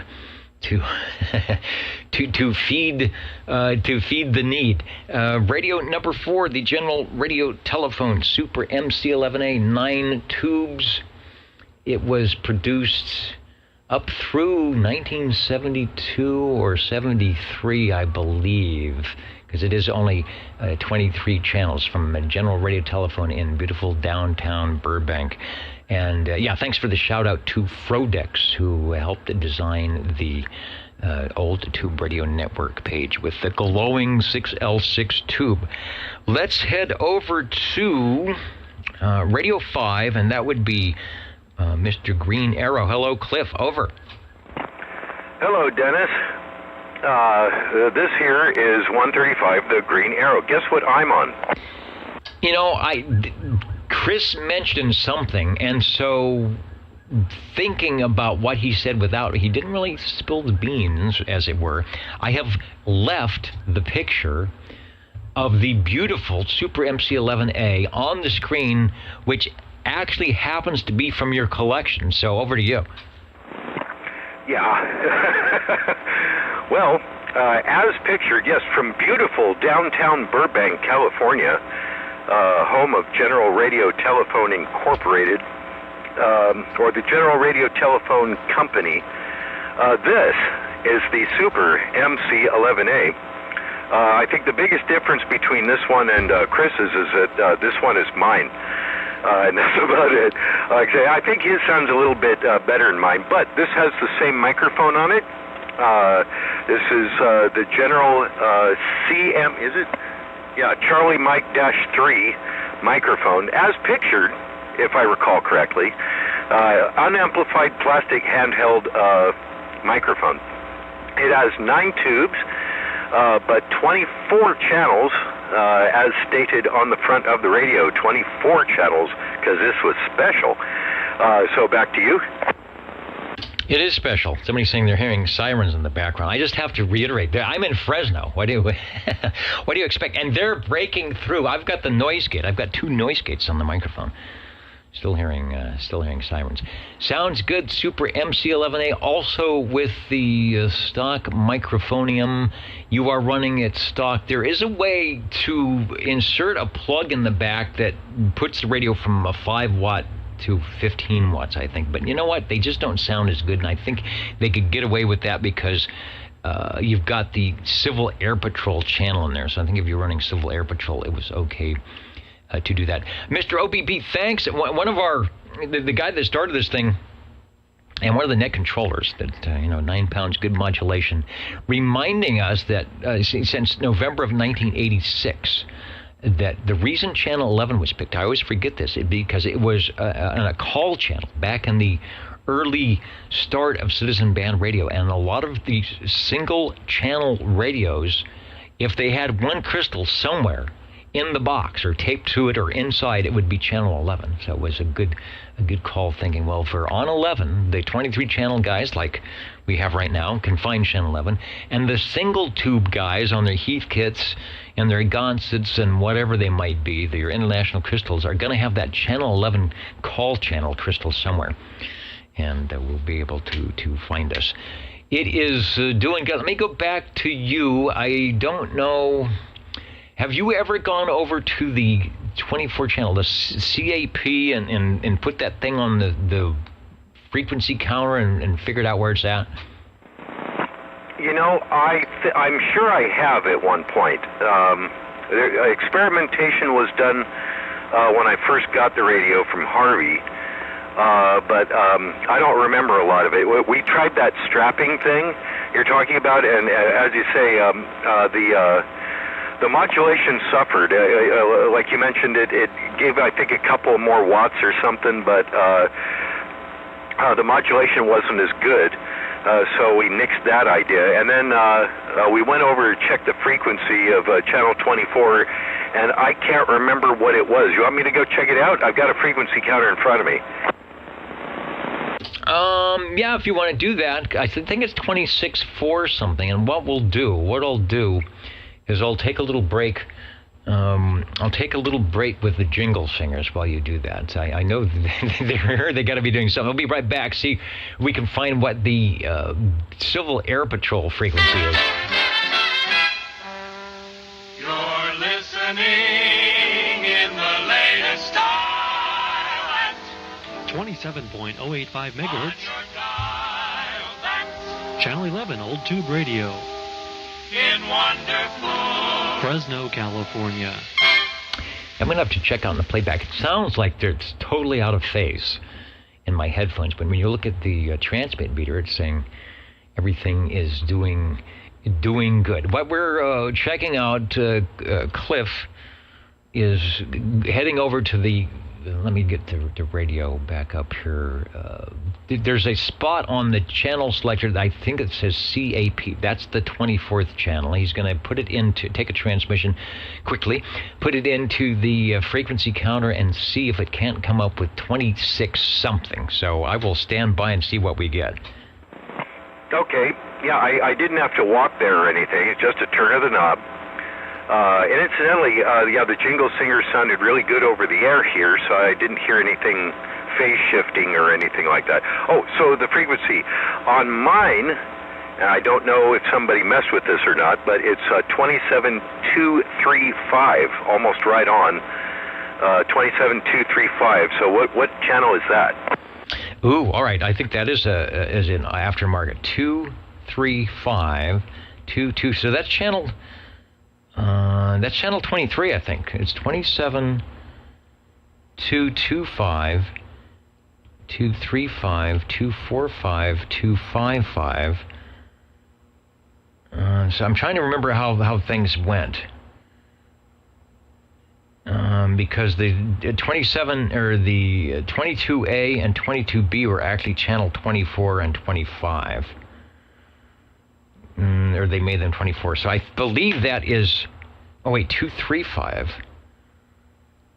All right, somebody help me out here. I think that's channel 23. Channel 24. 24? Yeah, 235 is 24. 245 is 25, and 255, 23, and then you have 265, 26. That's right. 255 was 23, and the spaces in between were the channel 22 and 22A and B, and that's why it goes out of order, because they had to figure out that. And thank you, Levon. And who else came up with that? Thank you, Dwayne, and thank you, Harvey, for channel 24. So there's your answer. Over. And that is not the Civil Air Patrol frequency, I don't think. And one comment? Patrol, I believe, was 26620. Yeah, 26620. And Richard is also confirming that. So somewhere there's a 26620 crystal rattling around. And Chris, what is your comment? I just had to say something to Harvey. Thank you very much for working on my radio today, and Cliff. We are both happy today. Did you say you're both crappy today? All day long. You know, you heard me cussing and groaning every time you was trying to touch something. Okay. What radio are you on? Right now, I'm on the Kenwood. Okay. Look at your frequency. Yeah, I'm at 27.08500. Oh, now you sound better. Was I up too close? Or did you make an adjustment on your end? Yeah, we're sounding like sideband. Oh. Too much audio. Oh, too much audio? Well, hello. Let me see. Audio. There we go. How is that? Is that better now? No, more audio, less whatever else. Less of me, huh? Let's see. Well, let's see. All right, here we go. All right, we're doing roughly, I'm doing it under 3 watts there, so let's see. Let's get this back up here. There's that. Hello. I'm doing 5 to 7, 5 to 10. Yeah. Turn the audio up. Turn it up? Yeah, a little bit. Okay, that turned it up. That's roughly 3/4. Okay, what do you think, Dennis? That's good. As they say, 5 will get you 10. Sounding good. Might be able to do a little bit more, but we will adjust here shortly. No problem. I want to make sure I can get to Joe and Sean in before and maybe others, before my big noise turns on. We are with radio number 5. That's Mr. Green Arrow on his general radio telephone, Super MC11A. So I want to go back to Cliff, and I just want to reiterate that the radio that we see most every week, the Super MC11A, the super great one, channel 11, the channel selected with the microphonium displayed, when I unkey, you are going to be hearing that radio that's in the picture. Go ahead, Cliff. Yes, as seen on TV, the actual radio that you're actually looking at, you're actually hearing. Yeah, and that's cool. I'm glad you show that. It's not too bad a picture of it. And yeah, the Charlie Mike 3 original, unamplified microphone. These things are so good and loud. They don't need a D104 Turner Plus anything. Yeah, as Chris well knows. Yeah, these things put out just the way they are. Was it to Mr. Radio Rogers that says, we like your radio just the way it is, just the way you are. Radio 5, the General Radio Telephone Super MC11A, our second one of the evening. There's probably a couple more around town here. Sometimes they will, get together pre-net and decide to try and be the number one radio. Thanks, Cliff. It's working good. Thanks for doing the radio check. At least now you know you've got channel 24 sitting in that radio, ready to go for the secret switch-away channel. Thanks for joining us. Yeah, I always wondered why it went down in frequency after channel 23, but okay, that explains it now. Thanks, and we'll see you next time. Indeed. All right, the Old Tube Radio Network will keep it moving here. Who's next? 00 SWL60. Joe, thank you for being patient, but you know how it is. Sometimes we get excited about our tube radios. If you're still there, take a transmission. Over. Yeah, 00 here. Dennis, doggone it. We want to make it just a little more exciting. We are on from where the radio world labs. Our Hustler, the Pretty Blue Hustler, with the Pretty Blue stock mic. And doggone it, we want to get your opinion on this microphone. Now, I don't know if it helped it out any. We kind of knocked it around, maybe loosened up whatever we could inside of it. Dennis, we have 7 tubes, 8 channels, looking at you. Looking at me, well, your signal is good. The audio is probably about 50% modulation. The fidelity is okay. It just I'm going to have to turn up the volume just a bit for our SWL. So the difference I hear is that you have less audio gain. Over. Yeah, I kind of figured there'd be less on the audio. Shame there's no range expand on this. I guess this is the way this radio was made, with this little Pretty Blue microphone. Now, Dennis, is this what they call a carbon microphone? I'm looking at the picture. No, I think that's probably a dynamic. What was the choices? Crystal. If it was crystal, I think your voice would be a little less. You wouldn't have as many lows. If it was carbon, you probably wouldn't have as many highs. So.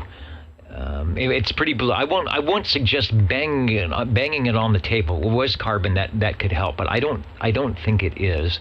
And there may be an adjustment in the radio that it's set for an amplified microphone and turned down a little bit. So it's possible internally it could be adjusted a bit up for that microphone. But for our purposes, what we're doing here, it's sounding good. I can adjust my audio beaconing out to the SWLs to help. The World Radio Labs, Leo Meyerson and company, jumping into the Class D radio service and putting something functional yet kind of pretty. I mean, there isn't. It's not a Tram, right? There's not the giant S meters on there, but they did give you the ability to have all 23 channels on the receive through the tuning. Give you 8 crystal control channels and then one way to put it on the outside to make it easy. Back to you for transmission.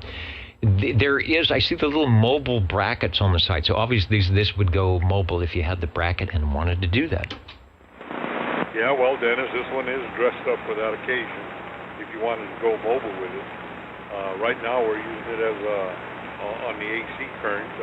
I think it's, I'm not sure. You know what? I haven't been behind it to really say what's up with that, but the hardware's there, the radio is functional, and like I say, it is what it is here on the microphone. I kind of enjoy the radio more original than having powered microphones to them. This is the way this was back in that year, I guess. I guess it was functional for that purpose. Yeah, I agree. I often say this is like a car show. So if you want the proper hubcaps and the right coloring and the right upholstery, and maybe it's not going to be a street racer, doing that is just fine. And I agree with Dwayne that if we're going for audio, or this was going to be your daily driver, then you'd put the Turner microphone, or the microphone you had back on it. But let me go. I'm sitting here without the wrong picture, so let me get the right radio. But since we're demonstrating out of the box World Radio Labs, the Hustler, the blue microphonium, and the blue radio, the matching.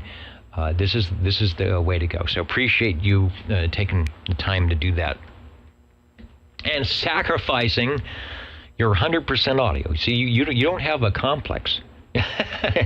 You aren't going to go hide because it's, oh my gosh, I wasn't 100% modulated. No, you are saying, no, I am true to the World Radio Lab, Leo Meyerson, that the radio should sometimes look like it came out of the box and look like it does in the brochure. Over to you for transmission. Thanks for bringing it by.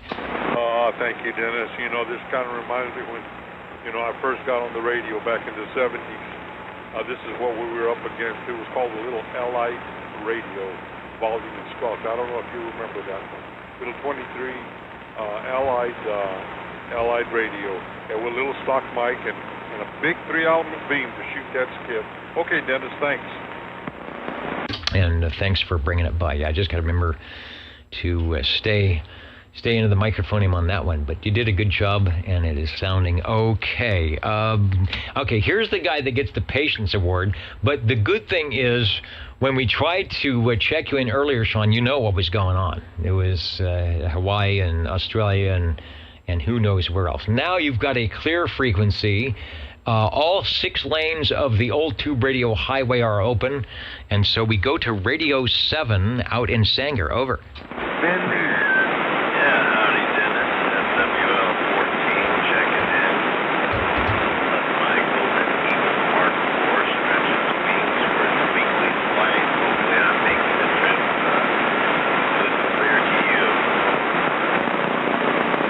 Right, the Browning Laboratories, Golden Eagle Mark IV. I will find my less than stellar picture. Let's see, I think I want this one. It's the 40 channel. There is a brochure.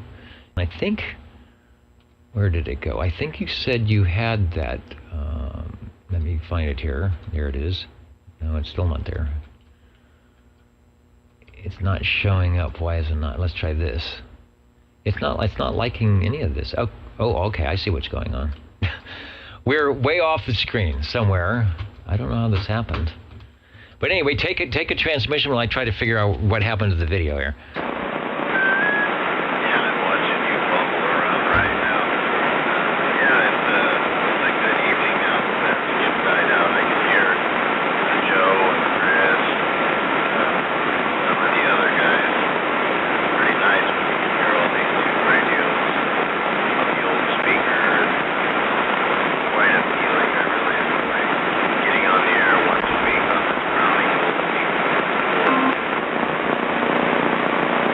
Indeed, and Sean is out in Sanger, which is line of sight. There is no line of sight. It's kind of south and east. So if my antenna was a little bit higher, he would indeed be putting in a bit more signal. But always want to get a Mark IV on our list. The Eagles, Dwayne says the Eagles have arrived. Is that our first? I'm looking. Yes, it is. It's our first Eagle, although Harvey is in the queue here at 10 o'clock. The Mark IV, good to have on the desk. It is if you have one radio, this is definitely a showpiece when people come over, for sure.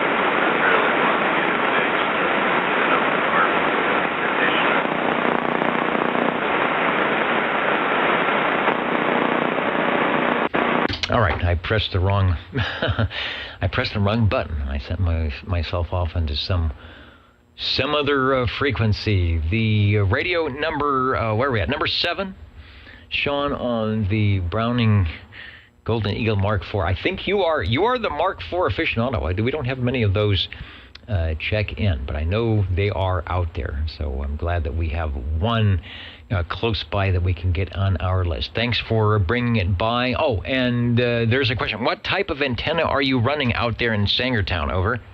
I'm running the Mako V58, and I'm very happy with the performance of the antenna. I've got it up, the tip of it's probably about 50 feet in the air, and I've got a bunch of big trees around it, so I really am happy with it. It's making the trip, and I get a real clear signal on you. Like I said, a lot of the other guys have low power, these old radios, they make the trip out here as well. So I sure appreciate your time tonight, and I hope everybody enjoys this cool weather. Enjoy the rest of the weekend. Back to you. And I was putting the S meter up. Let me.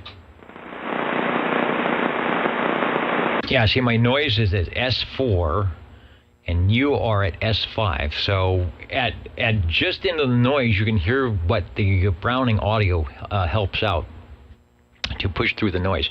He's on the Mako V58, which is great an antenna. Tip up at about 50 feet. So the issue is my antenna. When and shooting towards where he is, I have a giant camphor tree right in the way because my antenna is low. So again, if I could get another 20 feet of altitude, I bet we would get another probably 10 dB out of your signal without you having to do a thing. Radio number 7, the Browning Golden Eagle Mark IV. It is sounding good. I want to go to Harvey before my noise comes in, which is going to happen in about 3 minutes. So thank you, Sean. So Harvey, if you are out there, take a transmission over. Okay. I'm out here. Can you hear me? I can hear you. Over. Okay. This is a Cobra Cam 88. I just retuned it, all of them. Recapped it, all of them. Redid the channel selector, and had to put another crystal in. This is going to be for sale. It's got the stock original D&K static 525 hand mic, and right now the Dynaboost is off. All right, Cobra Cam 88, the Dynamic, standard Dynamic with the range boost off, and that is a switch somewhere on there underneath, where is it? Underneath the mod light. All right, go ahead. Okay. Now the Dynaboost is on, and I'm not eating the mic. I'm several inches away from it. Wow, big difference. It's as though Harvey just grew 10 feet tall. Okay, now how much static do you have? I am still in my normal, pre-noise static level, but that's going to change in moments. Okay, I turned the modulator on, and the Dynaboost is off. So my modulator's on, so maybe you can get a better feeling for the fidelity of the audio without static or as much. And now the Dynaboost is on the radio with the modulator. Yeah, you get a full S unit of more modulation. It gets beefier. It gets that Cobra Cam 88 sound that I'm used to hearing when Dennis gets on, that good low fidelity, low frequency fullness. So yeah, it's big all the way around. Over. Alrighty, this is going to be for sale. Oh, it does have a switch in the lower back. It changes channel 1 through 4 to 26, 7, 8, and 30. That switch works about 80% of the time, I think, for the uppers. but all the time for the regular channels 1 through 4. I don't know if it's dirty or what, but I'm not going to worry about messing with the switch, since in the lower position of the switch is the regular channels, and in the upper position, I think, are the regular channels, yeah, and in the lower position are the higher channels. It has to do with how the guy put the switch in with the crystals, because one's a large crystal, one's a small crystal, and he had to do that to get it to fit in. Anyway, the cabinet's good and actually has all 4 feet, which are riveted on and usually fall off. Anyway, that's good. The channel selector knob was the totally wrong one. I found one that matches, but it's a little bigger than it should be. If I could find a correct one, I'll put that on. But anyway, it's for sale, and my phone went off, so I don't know if that's somebody contacting me or not. But those people with my phone number can call me if they want it.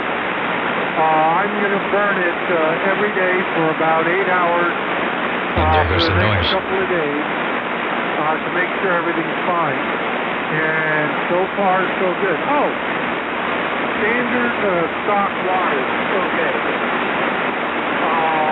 Stock wattage. It just fades right into the noise.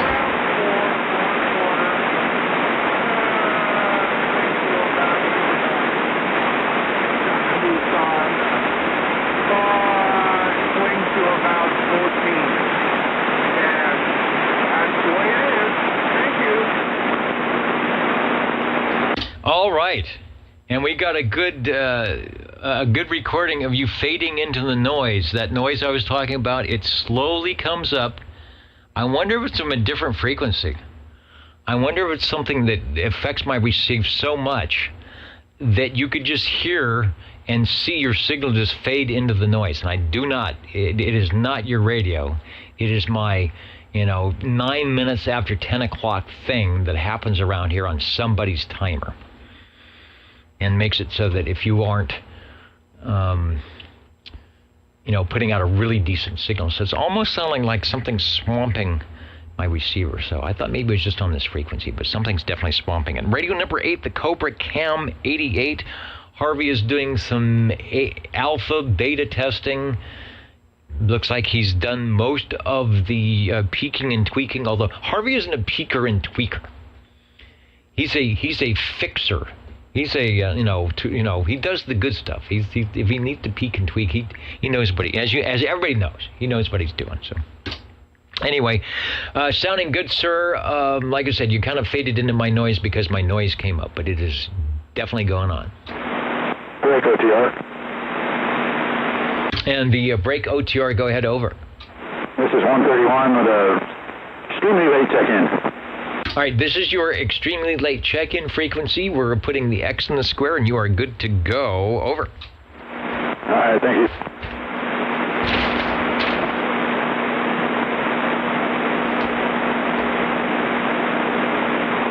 And Richard, I've heard that JMM noise mentioned before, so I might check into that. But I would like to catch it at the source, because it's very interesting, and it should be. It seems like it should be easy to find because it's on a timer. It happens every week. Now, whether it's happening every day or not, I don't know.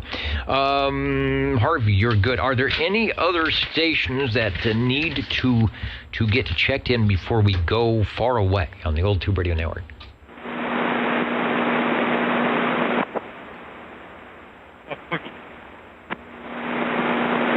All right, there was no audio on that, but somebody was trying.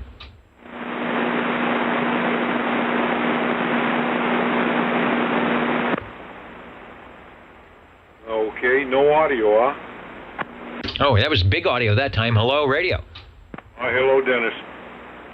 Dennis, I'd like to check in. I know it's getting late already, and that noise level could affect you some. My blackface, Johnson, T-O-O.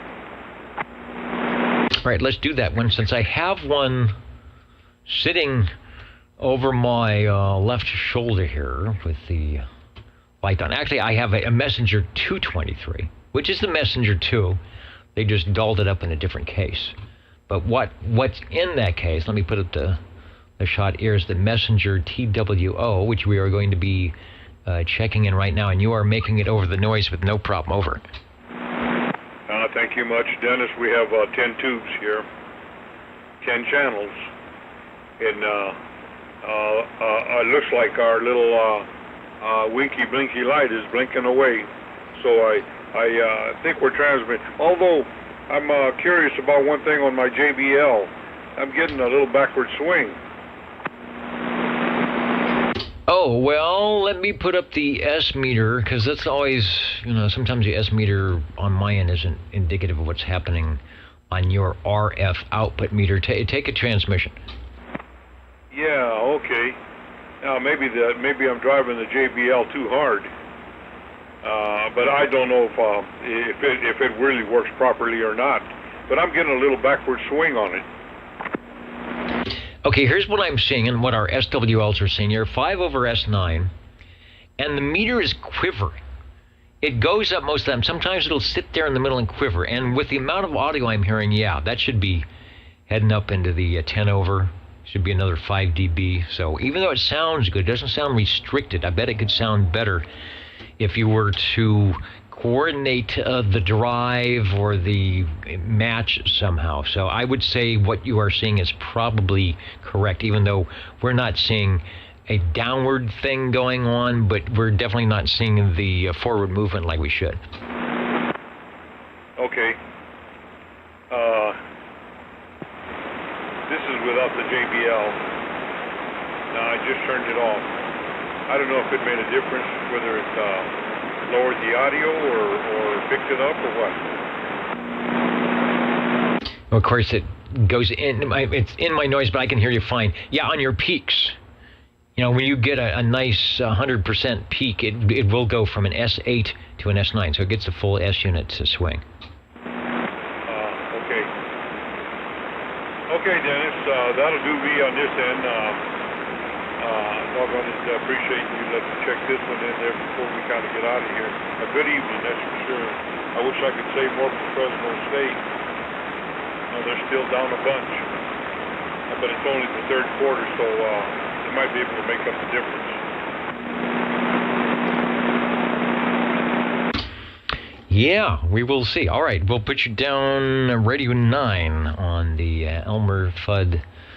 Who is this? I think it was OBP on the Elmer Fudd Johnson Messenger TWO, a great seller for E.F. Johnson.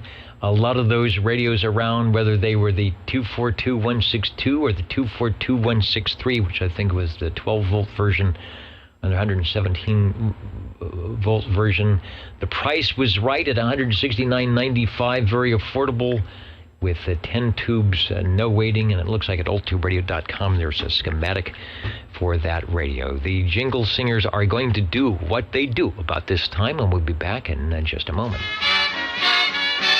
You're tuned to OTR, Channel 11, right here in Fresno, California. Stay with us Old Tube Radio. and be modern. And we're going to do some counting and mounting and be back with some totals. And if I can keep the transmitter keyed, if we get a check-in, we'll take. Well, I'll bite on that one. And I'll chew on the next one. All right, let me make sure I can actually hear people through all my noise. There is, let me clear the radios out here, a mic is on, so let's take that check-in. Over. Well, thank you. I got to say, with the sliding glass door open, and it's been open for several hours now, it's kind of nice, and it's disturbing to say that that it is nice to be around this radio that's kind of nice and warm because there's cold air coming in from outside. But this is I believe it's the warmest radio I have.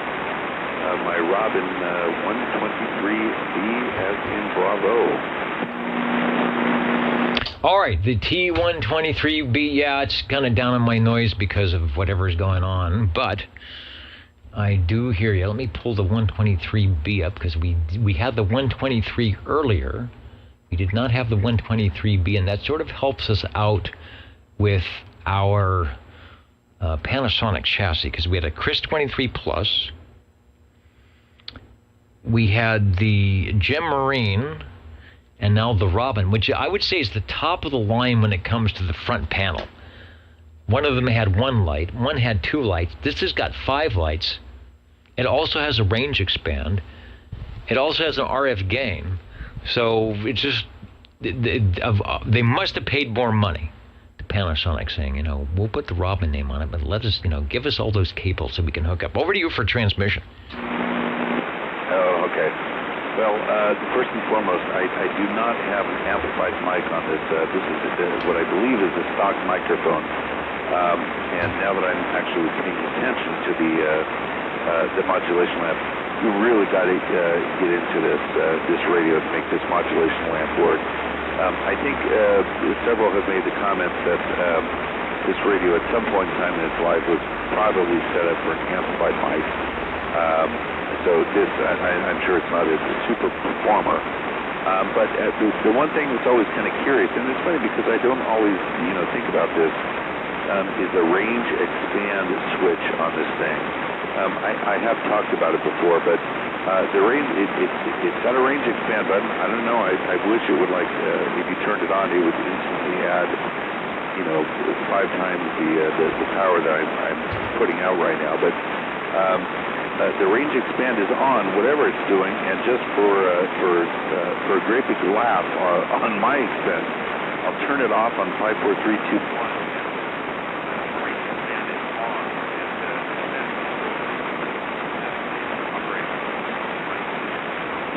But I'll turn it back on, and that's for your listening pleasure or displeasure. That's what the range expand does or does not do. Well, I would say a lot of stations that didn't know better would have keyed up as soon as you turned that thing off because they would think you were done if they weren't looking at the S meter and just listening because the modulation goes to nothing. Now, indeed, I have the noise level issue, so it really does prove that even though you haven't changed your signal, it did seem to expand the range in that I could hear you again. So it does push you through the noise, and it does exactly what it is supposed to do. Over. Well, I'm sure it's kind of a complicated topic, but what exactly does it do? It can't push it above 5 watts, so what is this range expand button doing? It is giving you a little bit more audio, so probably your PEP, your lower and upper side bands become fully modulated. And like we just heard and watched the S meter, is like, well, your signal is still there. Or actually, we were watching the Orban loudness meter. So you went from a typical I see movement on the meter, and there's carrier to it's basically non-existent. We just hear the background noise because there's no longer. It's as though you said, hold on, I'll take 20 steps away from the microphone, but I'll continue talking. And that's about what it sounded like. Oh, good God, that's horrible. I'm sorry to inflict that on everyone. It's really kind of interesting, though. You know, kind of makes me want to read the schematic and kind of find out what's going on, you know, on that. But anyways, well, I'm glad at least with the range expand on, you can hear me. And you're right about the lamps. It does have, you said 5, 1, 2, 3. Yeah, it does have 5 lamps on the front of the radio. The transmit, I think it's blue. Looks semi-pleasing, and the modulation lamp, I think if I was putting more audio into the radio, it would be a little more impressive. But it's working. No magic eye, but nonetheless still a pleasure to use. As is this talking hand microphone. It feels quite natural in the hand. So there it is. Thanks for letting me check it in. It does sound pretty good on this speaker. Not necessarily as good as the other one might have, but it sounds great. What a great way to spend a Saturday evening. Indeed, yeah. If you watch the playback, it does sound better. Just for some reason, my receive is being attenuated with noise. Unless you have a 10 over signal or S9, it affects the incoming audio. But you are fine, and that was actually a very good test of the range boost on what it will do for when you are, when your signal is down a little bit or there's noise around it. It's doing exactly what it should do. Radio number 10, the Robin T123 Bravo, the real live Panasonic, second generation Panasonic chassis with, what do they say, all the stops pulled out, and it's 11 tube wonder. An operator's manual and a schematic appear to be available over at oldtuberadio.com. Thanks, Mike, and I want to pick up, and I think Harvey was out there. Over. Or somebody was out there. Who was the station that was also standing by?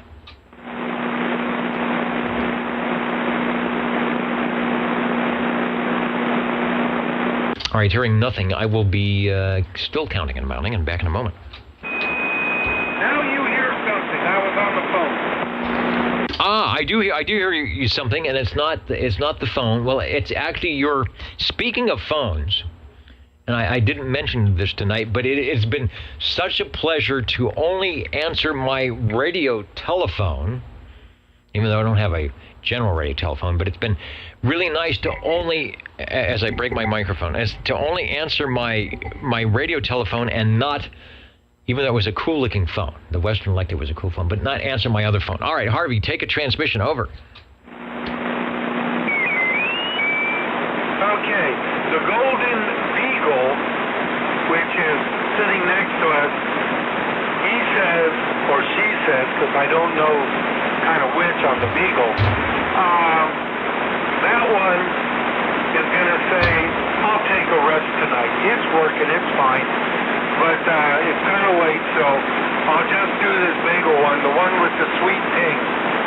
So there you go. Alrighty, the Cobra Cam 88 is sold. I got a phone call, so there you go. Alrighty. Anyway, Dennis, we'll catch you next week. Were there any questions?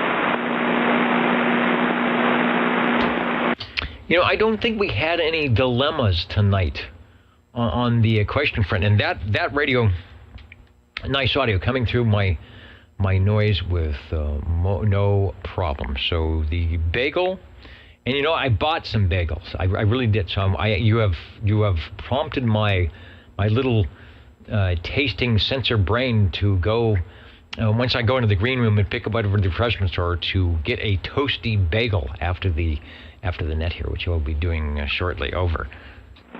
And no questions that I know of. Alrighty. Fortunately, I wasn't dumb enough to try and close the E in Eagle, first letter, to have it say B-A-G-L-E. Not quite the way bagel is spelled, but close. Anyway, I left it the way it is. It's my bagel. Alrighty, we'll catch you next week. Okay, and you didn't say what type of bagel it is. Mine's going to be a cinnamon bagel. What have you got over there? Mine is a cinnamon raisin bagel. Excellent. Yeah, I misspoke. Mine also is a cinnamon raisin, over. Alrighty, cinnamon raisin, not with cream cheese sometimes, but with butter, really tastes good. And sometimes I put cream cheese on too, but not always. Okay, we'll see you next week. Yeah, mine will have lots of butter and maybe some Ovaltine. You never know. All right, thanks for joining us tonight in the Old Tube Radio Network. Anybody else before we say goodbye, radio? Yep. While I swallow a pumpkin cookie, Why don't we just add a quick, if you don't mind, Robin T123 with a Magic Eye tip list, please. Ooh, the T120. Boy, that has plenty of audio to make it through the noise. And the noise is not you. You are definitely not the noise. We'll put the full screen back up, and that is our second 123 of the evening. So I want you, because you have taken the time to put the radio up, to actually have some fun and take another transmission and make that 6RE13 tube do its thing. Over. Oh, good, thank you. Yeah, this may be a funny comment to make, but I don't have to work as hard to make this radio sound good, or at least sound decent.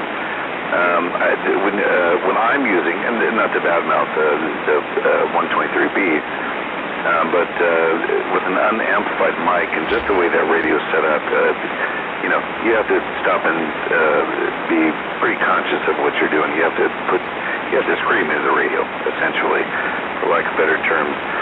But this one, again, with the sliding glass door open as it is right now, and almost 10:30, it's nice for me not to have to scream into the radio and disturb the neighbors as I'm making this one work, which I think it's doing because the Magic Eye tube is definitely, it does take a lot of audio to make that thing fully illuminate.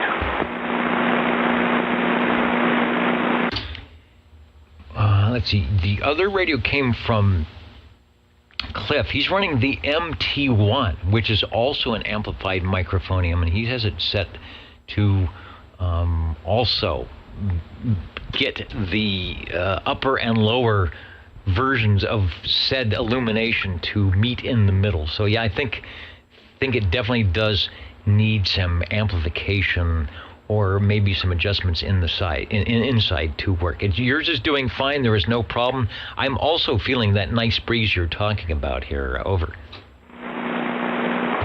Yeah, I'm shocked. It's 75 degrees in the radio lounge here, so that's good. So I'm curious. You said it was an MT or maybe an MT5 microphone. Who manufactured that for the other Robin? It is the Mike Tango #1. Let me go to an extreme close-up here and I'll pull it back up.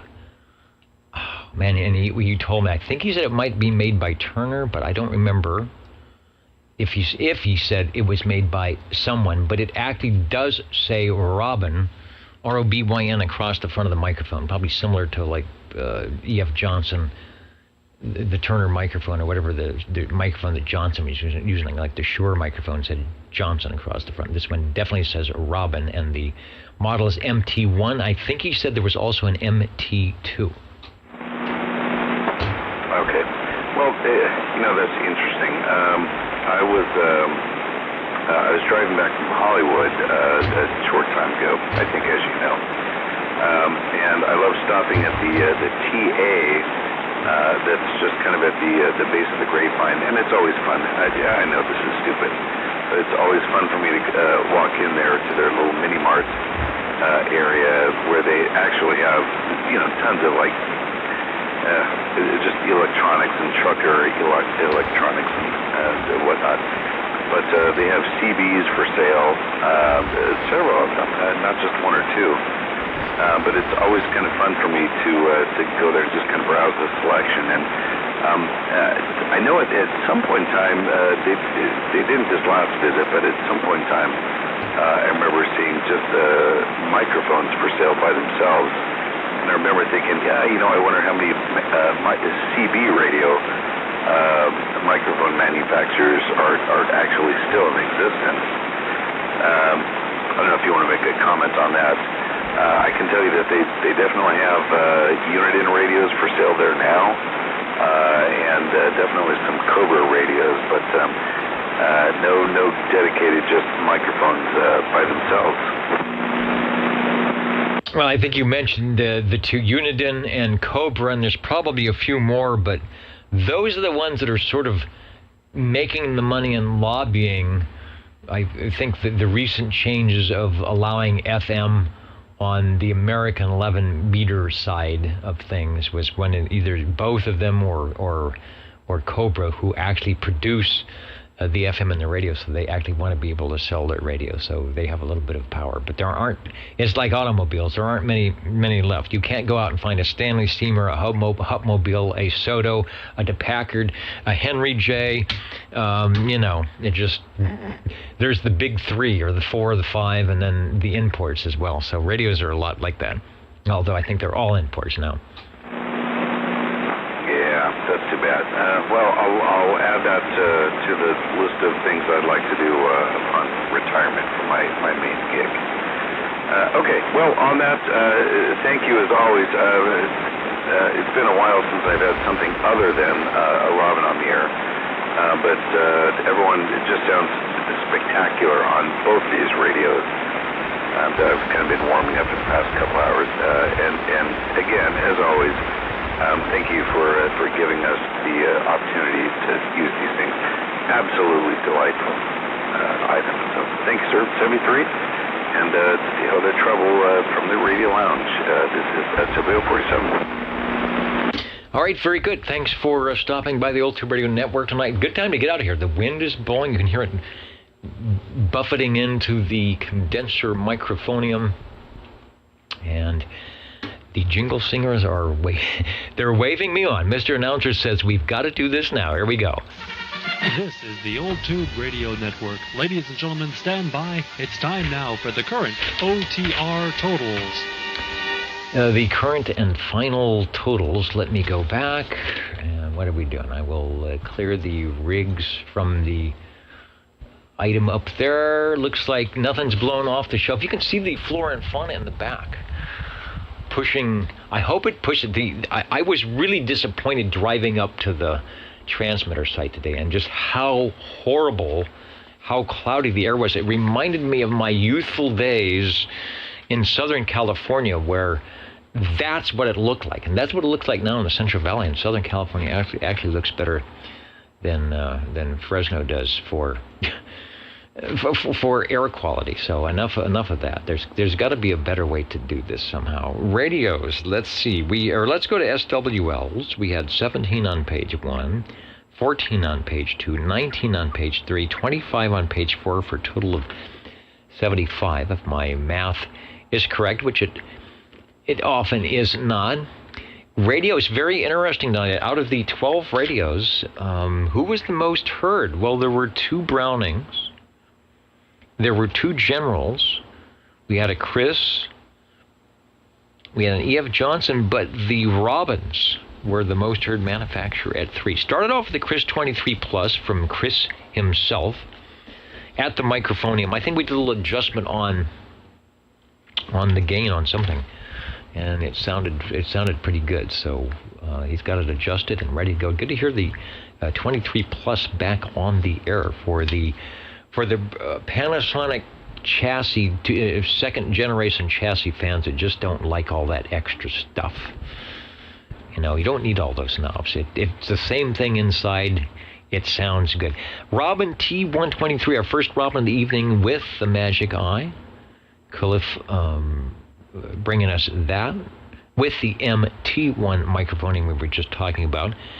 Then we had the triple play. Chris came by with Radio 3 on the Gem Marine G PowerMate. He also came by with Radio 4, the General Radio Telephone Super MC11A, and I looked at the radios actually, and then the third in that triple play was actually Cliff on his General Radio Telephone Super MC11A. Back-to-back Generals, beautiful downtown Burbank, only on the Old Tube Radio Network.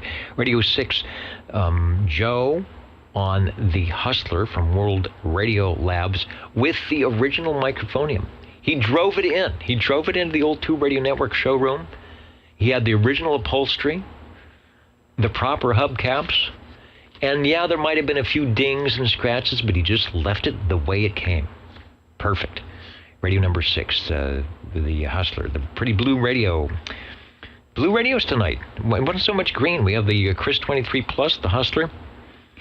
Let's talk about gold. Radio 7, Sean on the Browning Golden Eagle Mark IV. Being patient, waiting for our skip land to die down from the Pacific. If you are listening to this part of the program on a replay, rewind, or whatever you do, re-click, get to the beginning of the net, and you can hear what was going on here on the West Coast. Kind of making things a little bit rough, but clear sailing right now. Thanks, Sean, for Radio 7. Radio number 8, Harvey on the Cobra Cam 88 B&K. Doing a little peek and tweak, a little testing. I actually did do peek and tweak, just a little testing. Radio was for sale. Looks like someone has purchased that. I hope it is someone either that can put it on the air here locally, because it'd be great to keep hearing that and add it to our arsenal, or somebody that's going to keep it on the air somewhere. So we'll be anxious to find out what's going on with the B&K. Sounding good. Boy, a great demonstration of a range boost right there about what the range boost does for the Cobra. Radio number 9, the E.F. Johnson Messenger TWO, our first and only E.F. Johnson radio tonight. Thank you, 00 for that. Mike came by with the Robin T123B. For Radio 10, Radio 11 was Harvey on the R68 T68 Browning Golden Bagel. Yeah, bagels are coming up. I can smell them prepping it over there. And our final radio of the evening, Radio 12, the Robin T, second Robin T123. With the Magic Eye Tube. All right, that's the radio recap. Thanks for all those who stopped by tonight on the SWL side. And of course, always thanks to our radio operators that help make the net, the old tube radio network. Gotta have some tubes going on. Thanks to all you stopping by and staying up late with us tonight. Also, Frodex for making the Nixie tubes run, and everybody else. We will catch you next week. I do believe we will be around. I kind of have a feeling, since we didn't hear any good news, at least on the Fresno State side, that maybe things didn't quite go as we hoped. But I hope it was a good game, nonetheless, for the Fresno State crew. 73, everybody, from your old tube radio network. Thank you, Dennis. And no, it didn't go the way we wanted it to go. 42-17. Yeah, we're behind just a bit. But it is still the fourth quarter. We have all 14 minutes to make up. All right, I'm not a big football follower, although I am a Fresno State alum, so I'm not sure in the scheme of things where the team is for this year. Sometimes they have, what do they call it, a building year. So maybe this is a building year, and we were actually doing well against a high-rated team. You never know. So it is what it is. A lot of people enjoy the football. They support the Fresno State Bulldogs, and they, just like we do here on the Old Tube Radio Network, they do their best. Good night, everybody. Question? This is the question frequency. Over. I don't know how I feel about talking about sports, but do we know who the Bulldogs were playing? They are playing, and it's this new, as of a couple of years ago when they changed conferences. I believe it is USC. Ooh, okay. So I'm going to Google the Freedom Bowl, and I'm going to be shocked. I should do it right now, but I don't have a computer handy.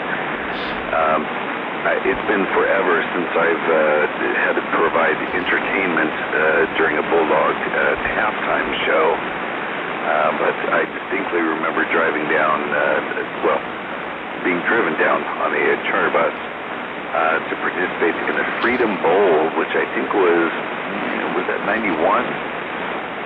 92, 93, and Fresno State won. And Los Angeles did not care to have Fresno beat them. And I remember that all too well, even after all these years. Oh my gosh! Yeah, that was at the Bulldog Stadium when it was semi-brand new, right? No, it was down in Los Angeles. Oh boy. Well, you look up the Freedom Bowl, Fresno State, and I would imagine that you'd come up with whatever year that was. It was somewhere down in L.A. So I think we marched somewhere in Disneyland as well to provide entertainment. But let me tell you, again, for a second time, in no uncertain terms, Los Angeles was not happy by any measure that Fresno State had beaten them. We had to be escorted away from the stadium as quickly as possible. Okay, I was getting that confused, and it was the Cow Bowl that I was referring to, and it was way before that, and that was one of the first when they opened the stadium. I was involved in that because I was working for one of the production companies, and I was running sound. I was running one of the microphones, one of the parabolic shotgun microphones down on the field, and it was another thing like that, but I don't remember who they were playing. And Fresno State was behind the whole game. In the last 7 minutes, they came back, and they won. And the last, seconds of the game. And I was on the opposing team side with this little shotgun parabolic microphone, and it was the same thing. It was like when that touchdown happened, and there was 8 seconds for the other team to not be able to do anything, I really needed to coil my cord and take my little dish and get the heck out of there. Over. I'm sorry, but that's hilarious because I know what that feels like. That is unbelievable. That's a story I haven't heard. I'm so sorry you had to do that. Now, the good thing was it was here. It was in the stadium. And so I didn't have far to go, but I got out of the way quick because, I'm not a sports guy. I didn't play on teams. You don't realize the the emotion and frustration that happens when you all of a sudden lose the game you were winning.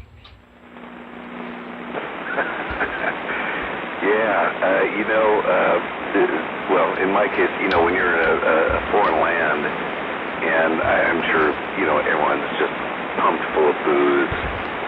And then you have that element of, whatever strange, odd connection it is that people feel with their favorite sports team. Whenever things don't go as planned, it's amazing how negatively humans can react. Well, I guess it is what it is. All right, I got to get out of here. I just realized that, what was it? Someone just said it is 1:36, and that was back 10 minutes ago. It was 1:36 Eastern Daylight Time in Tennessee. So it is what it is, and it is almost 11 o'clock here on the West Coast. Did someone say Hudson Valley? I don't know. Good night, everybody. The Old Tube Radio Network, Real Radio's Glowing in the Dark. Get on the air when you can. If you're thinking about upgrading or studying for your amateur radio license, go for it. Days like today, when, DXing is fun up to a certain point on 11 meters, and then it's just like, oh man, this is just ain't going to happen. You can always jump up to 10 meters or somewhere or down to 15 and make a contact on your 100 watts and a wire. It will be good. Cycle 25 is really being a lot better than people thought. Get on the air, be good, and we will talk to you later. The Old Tube Radio Network, 73.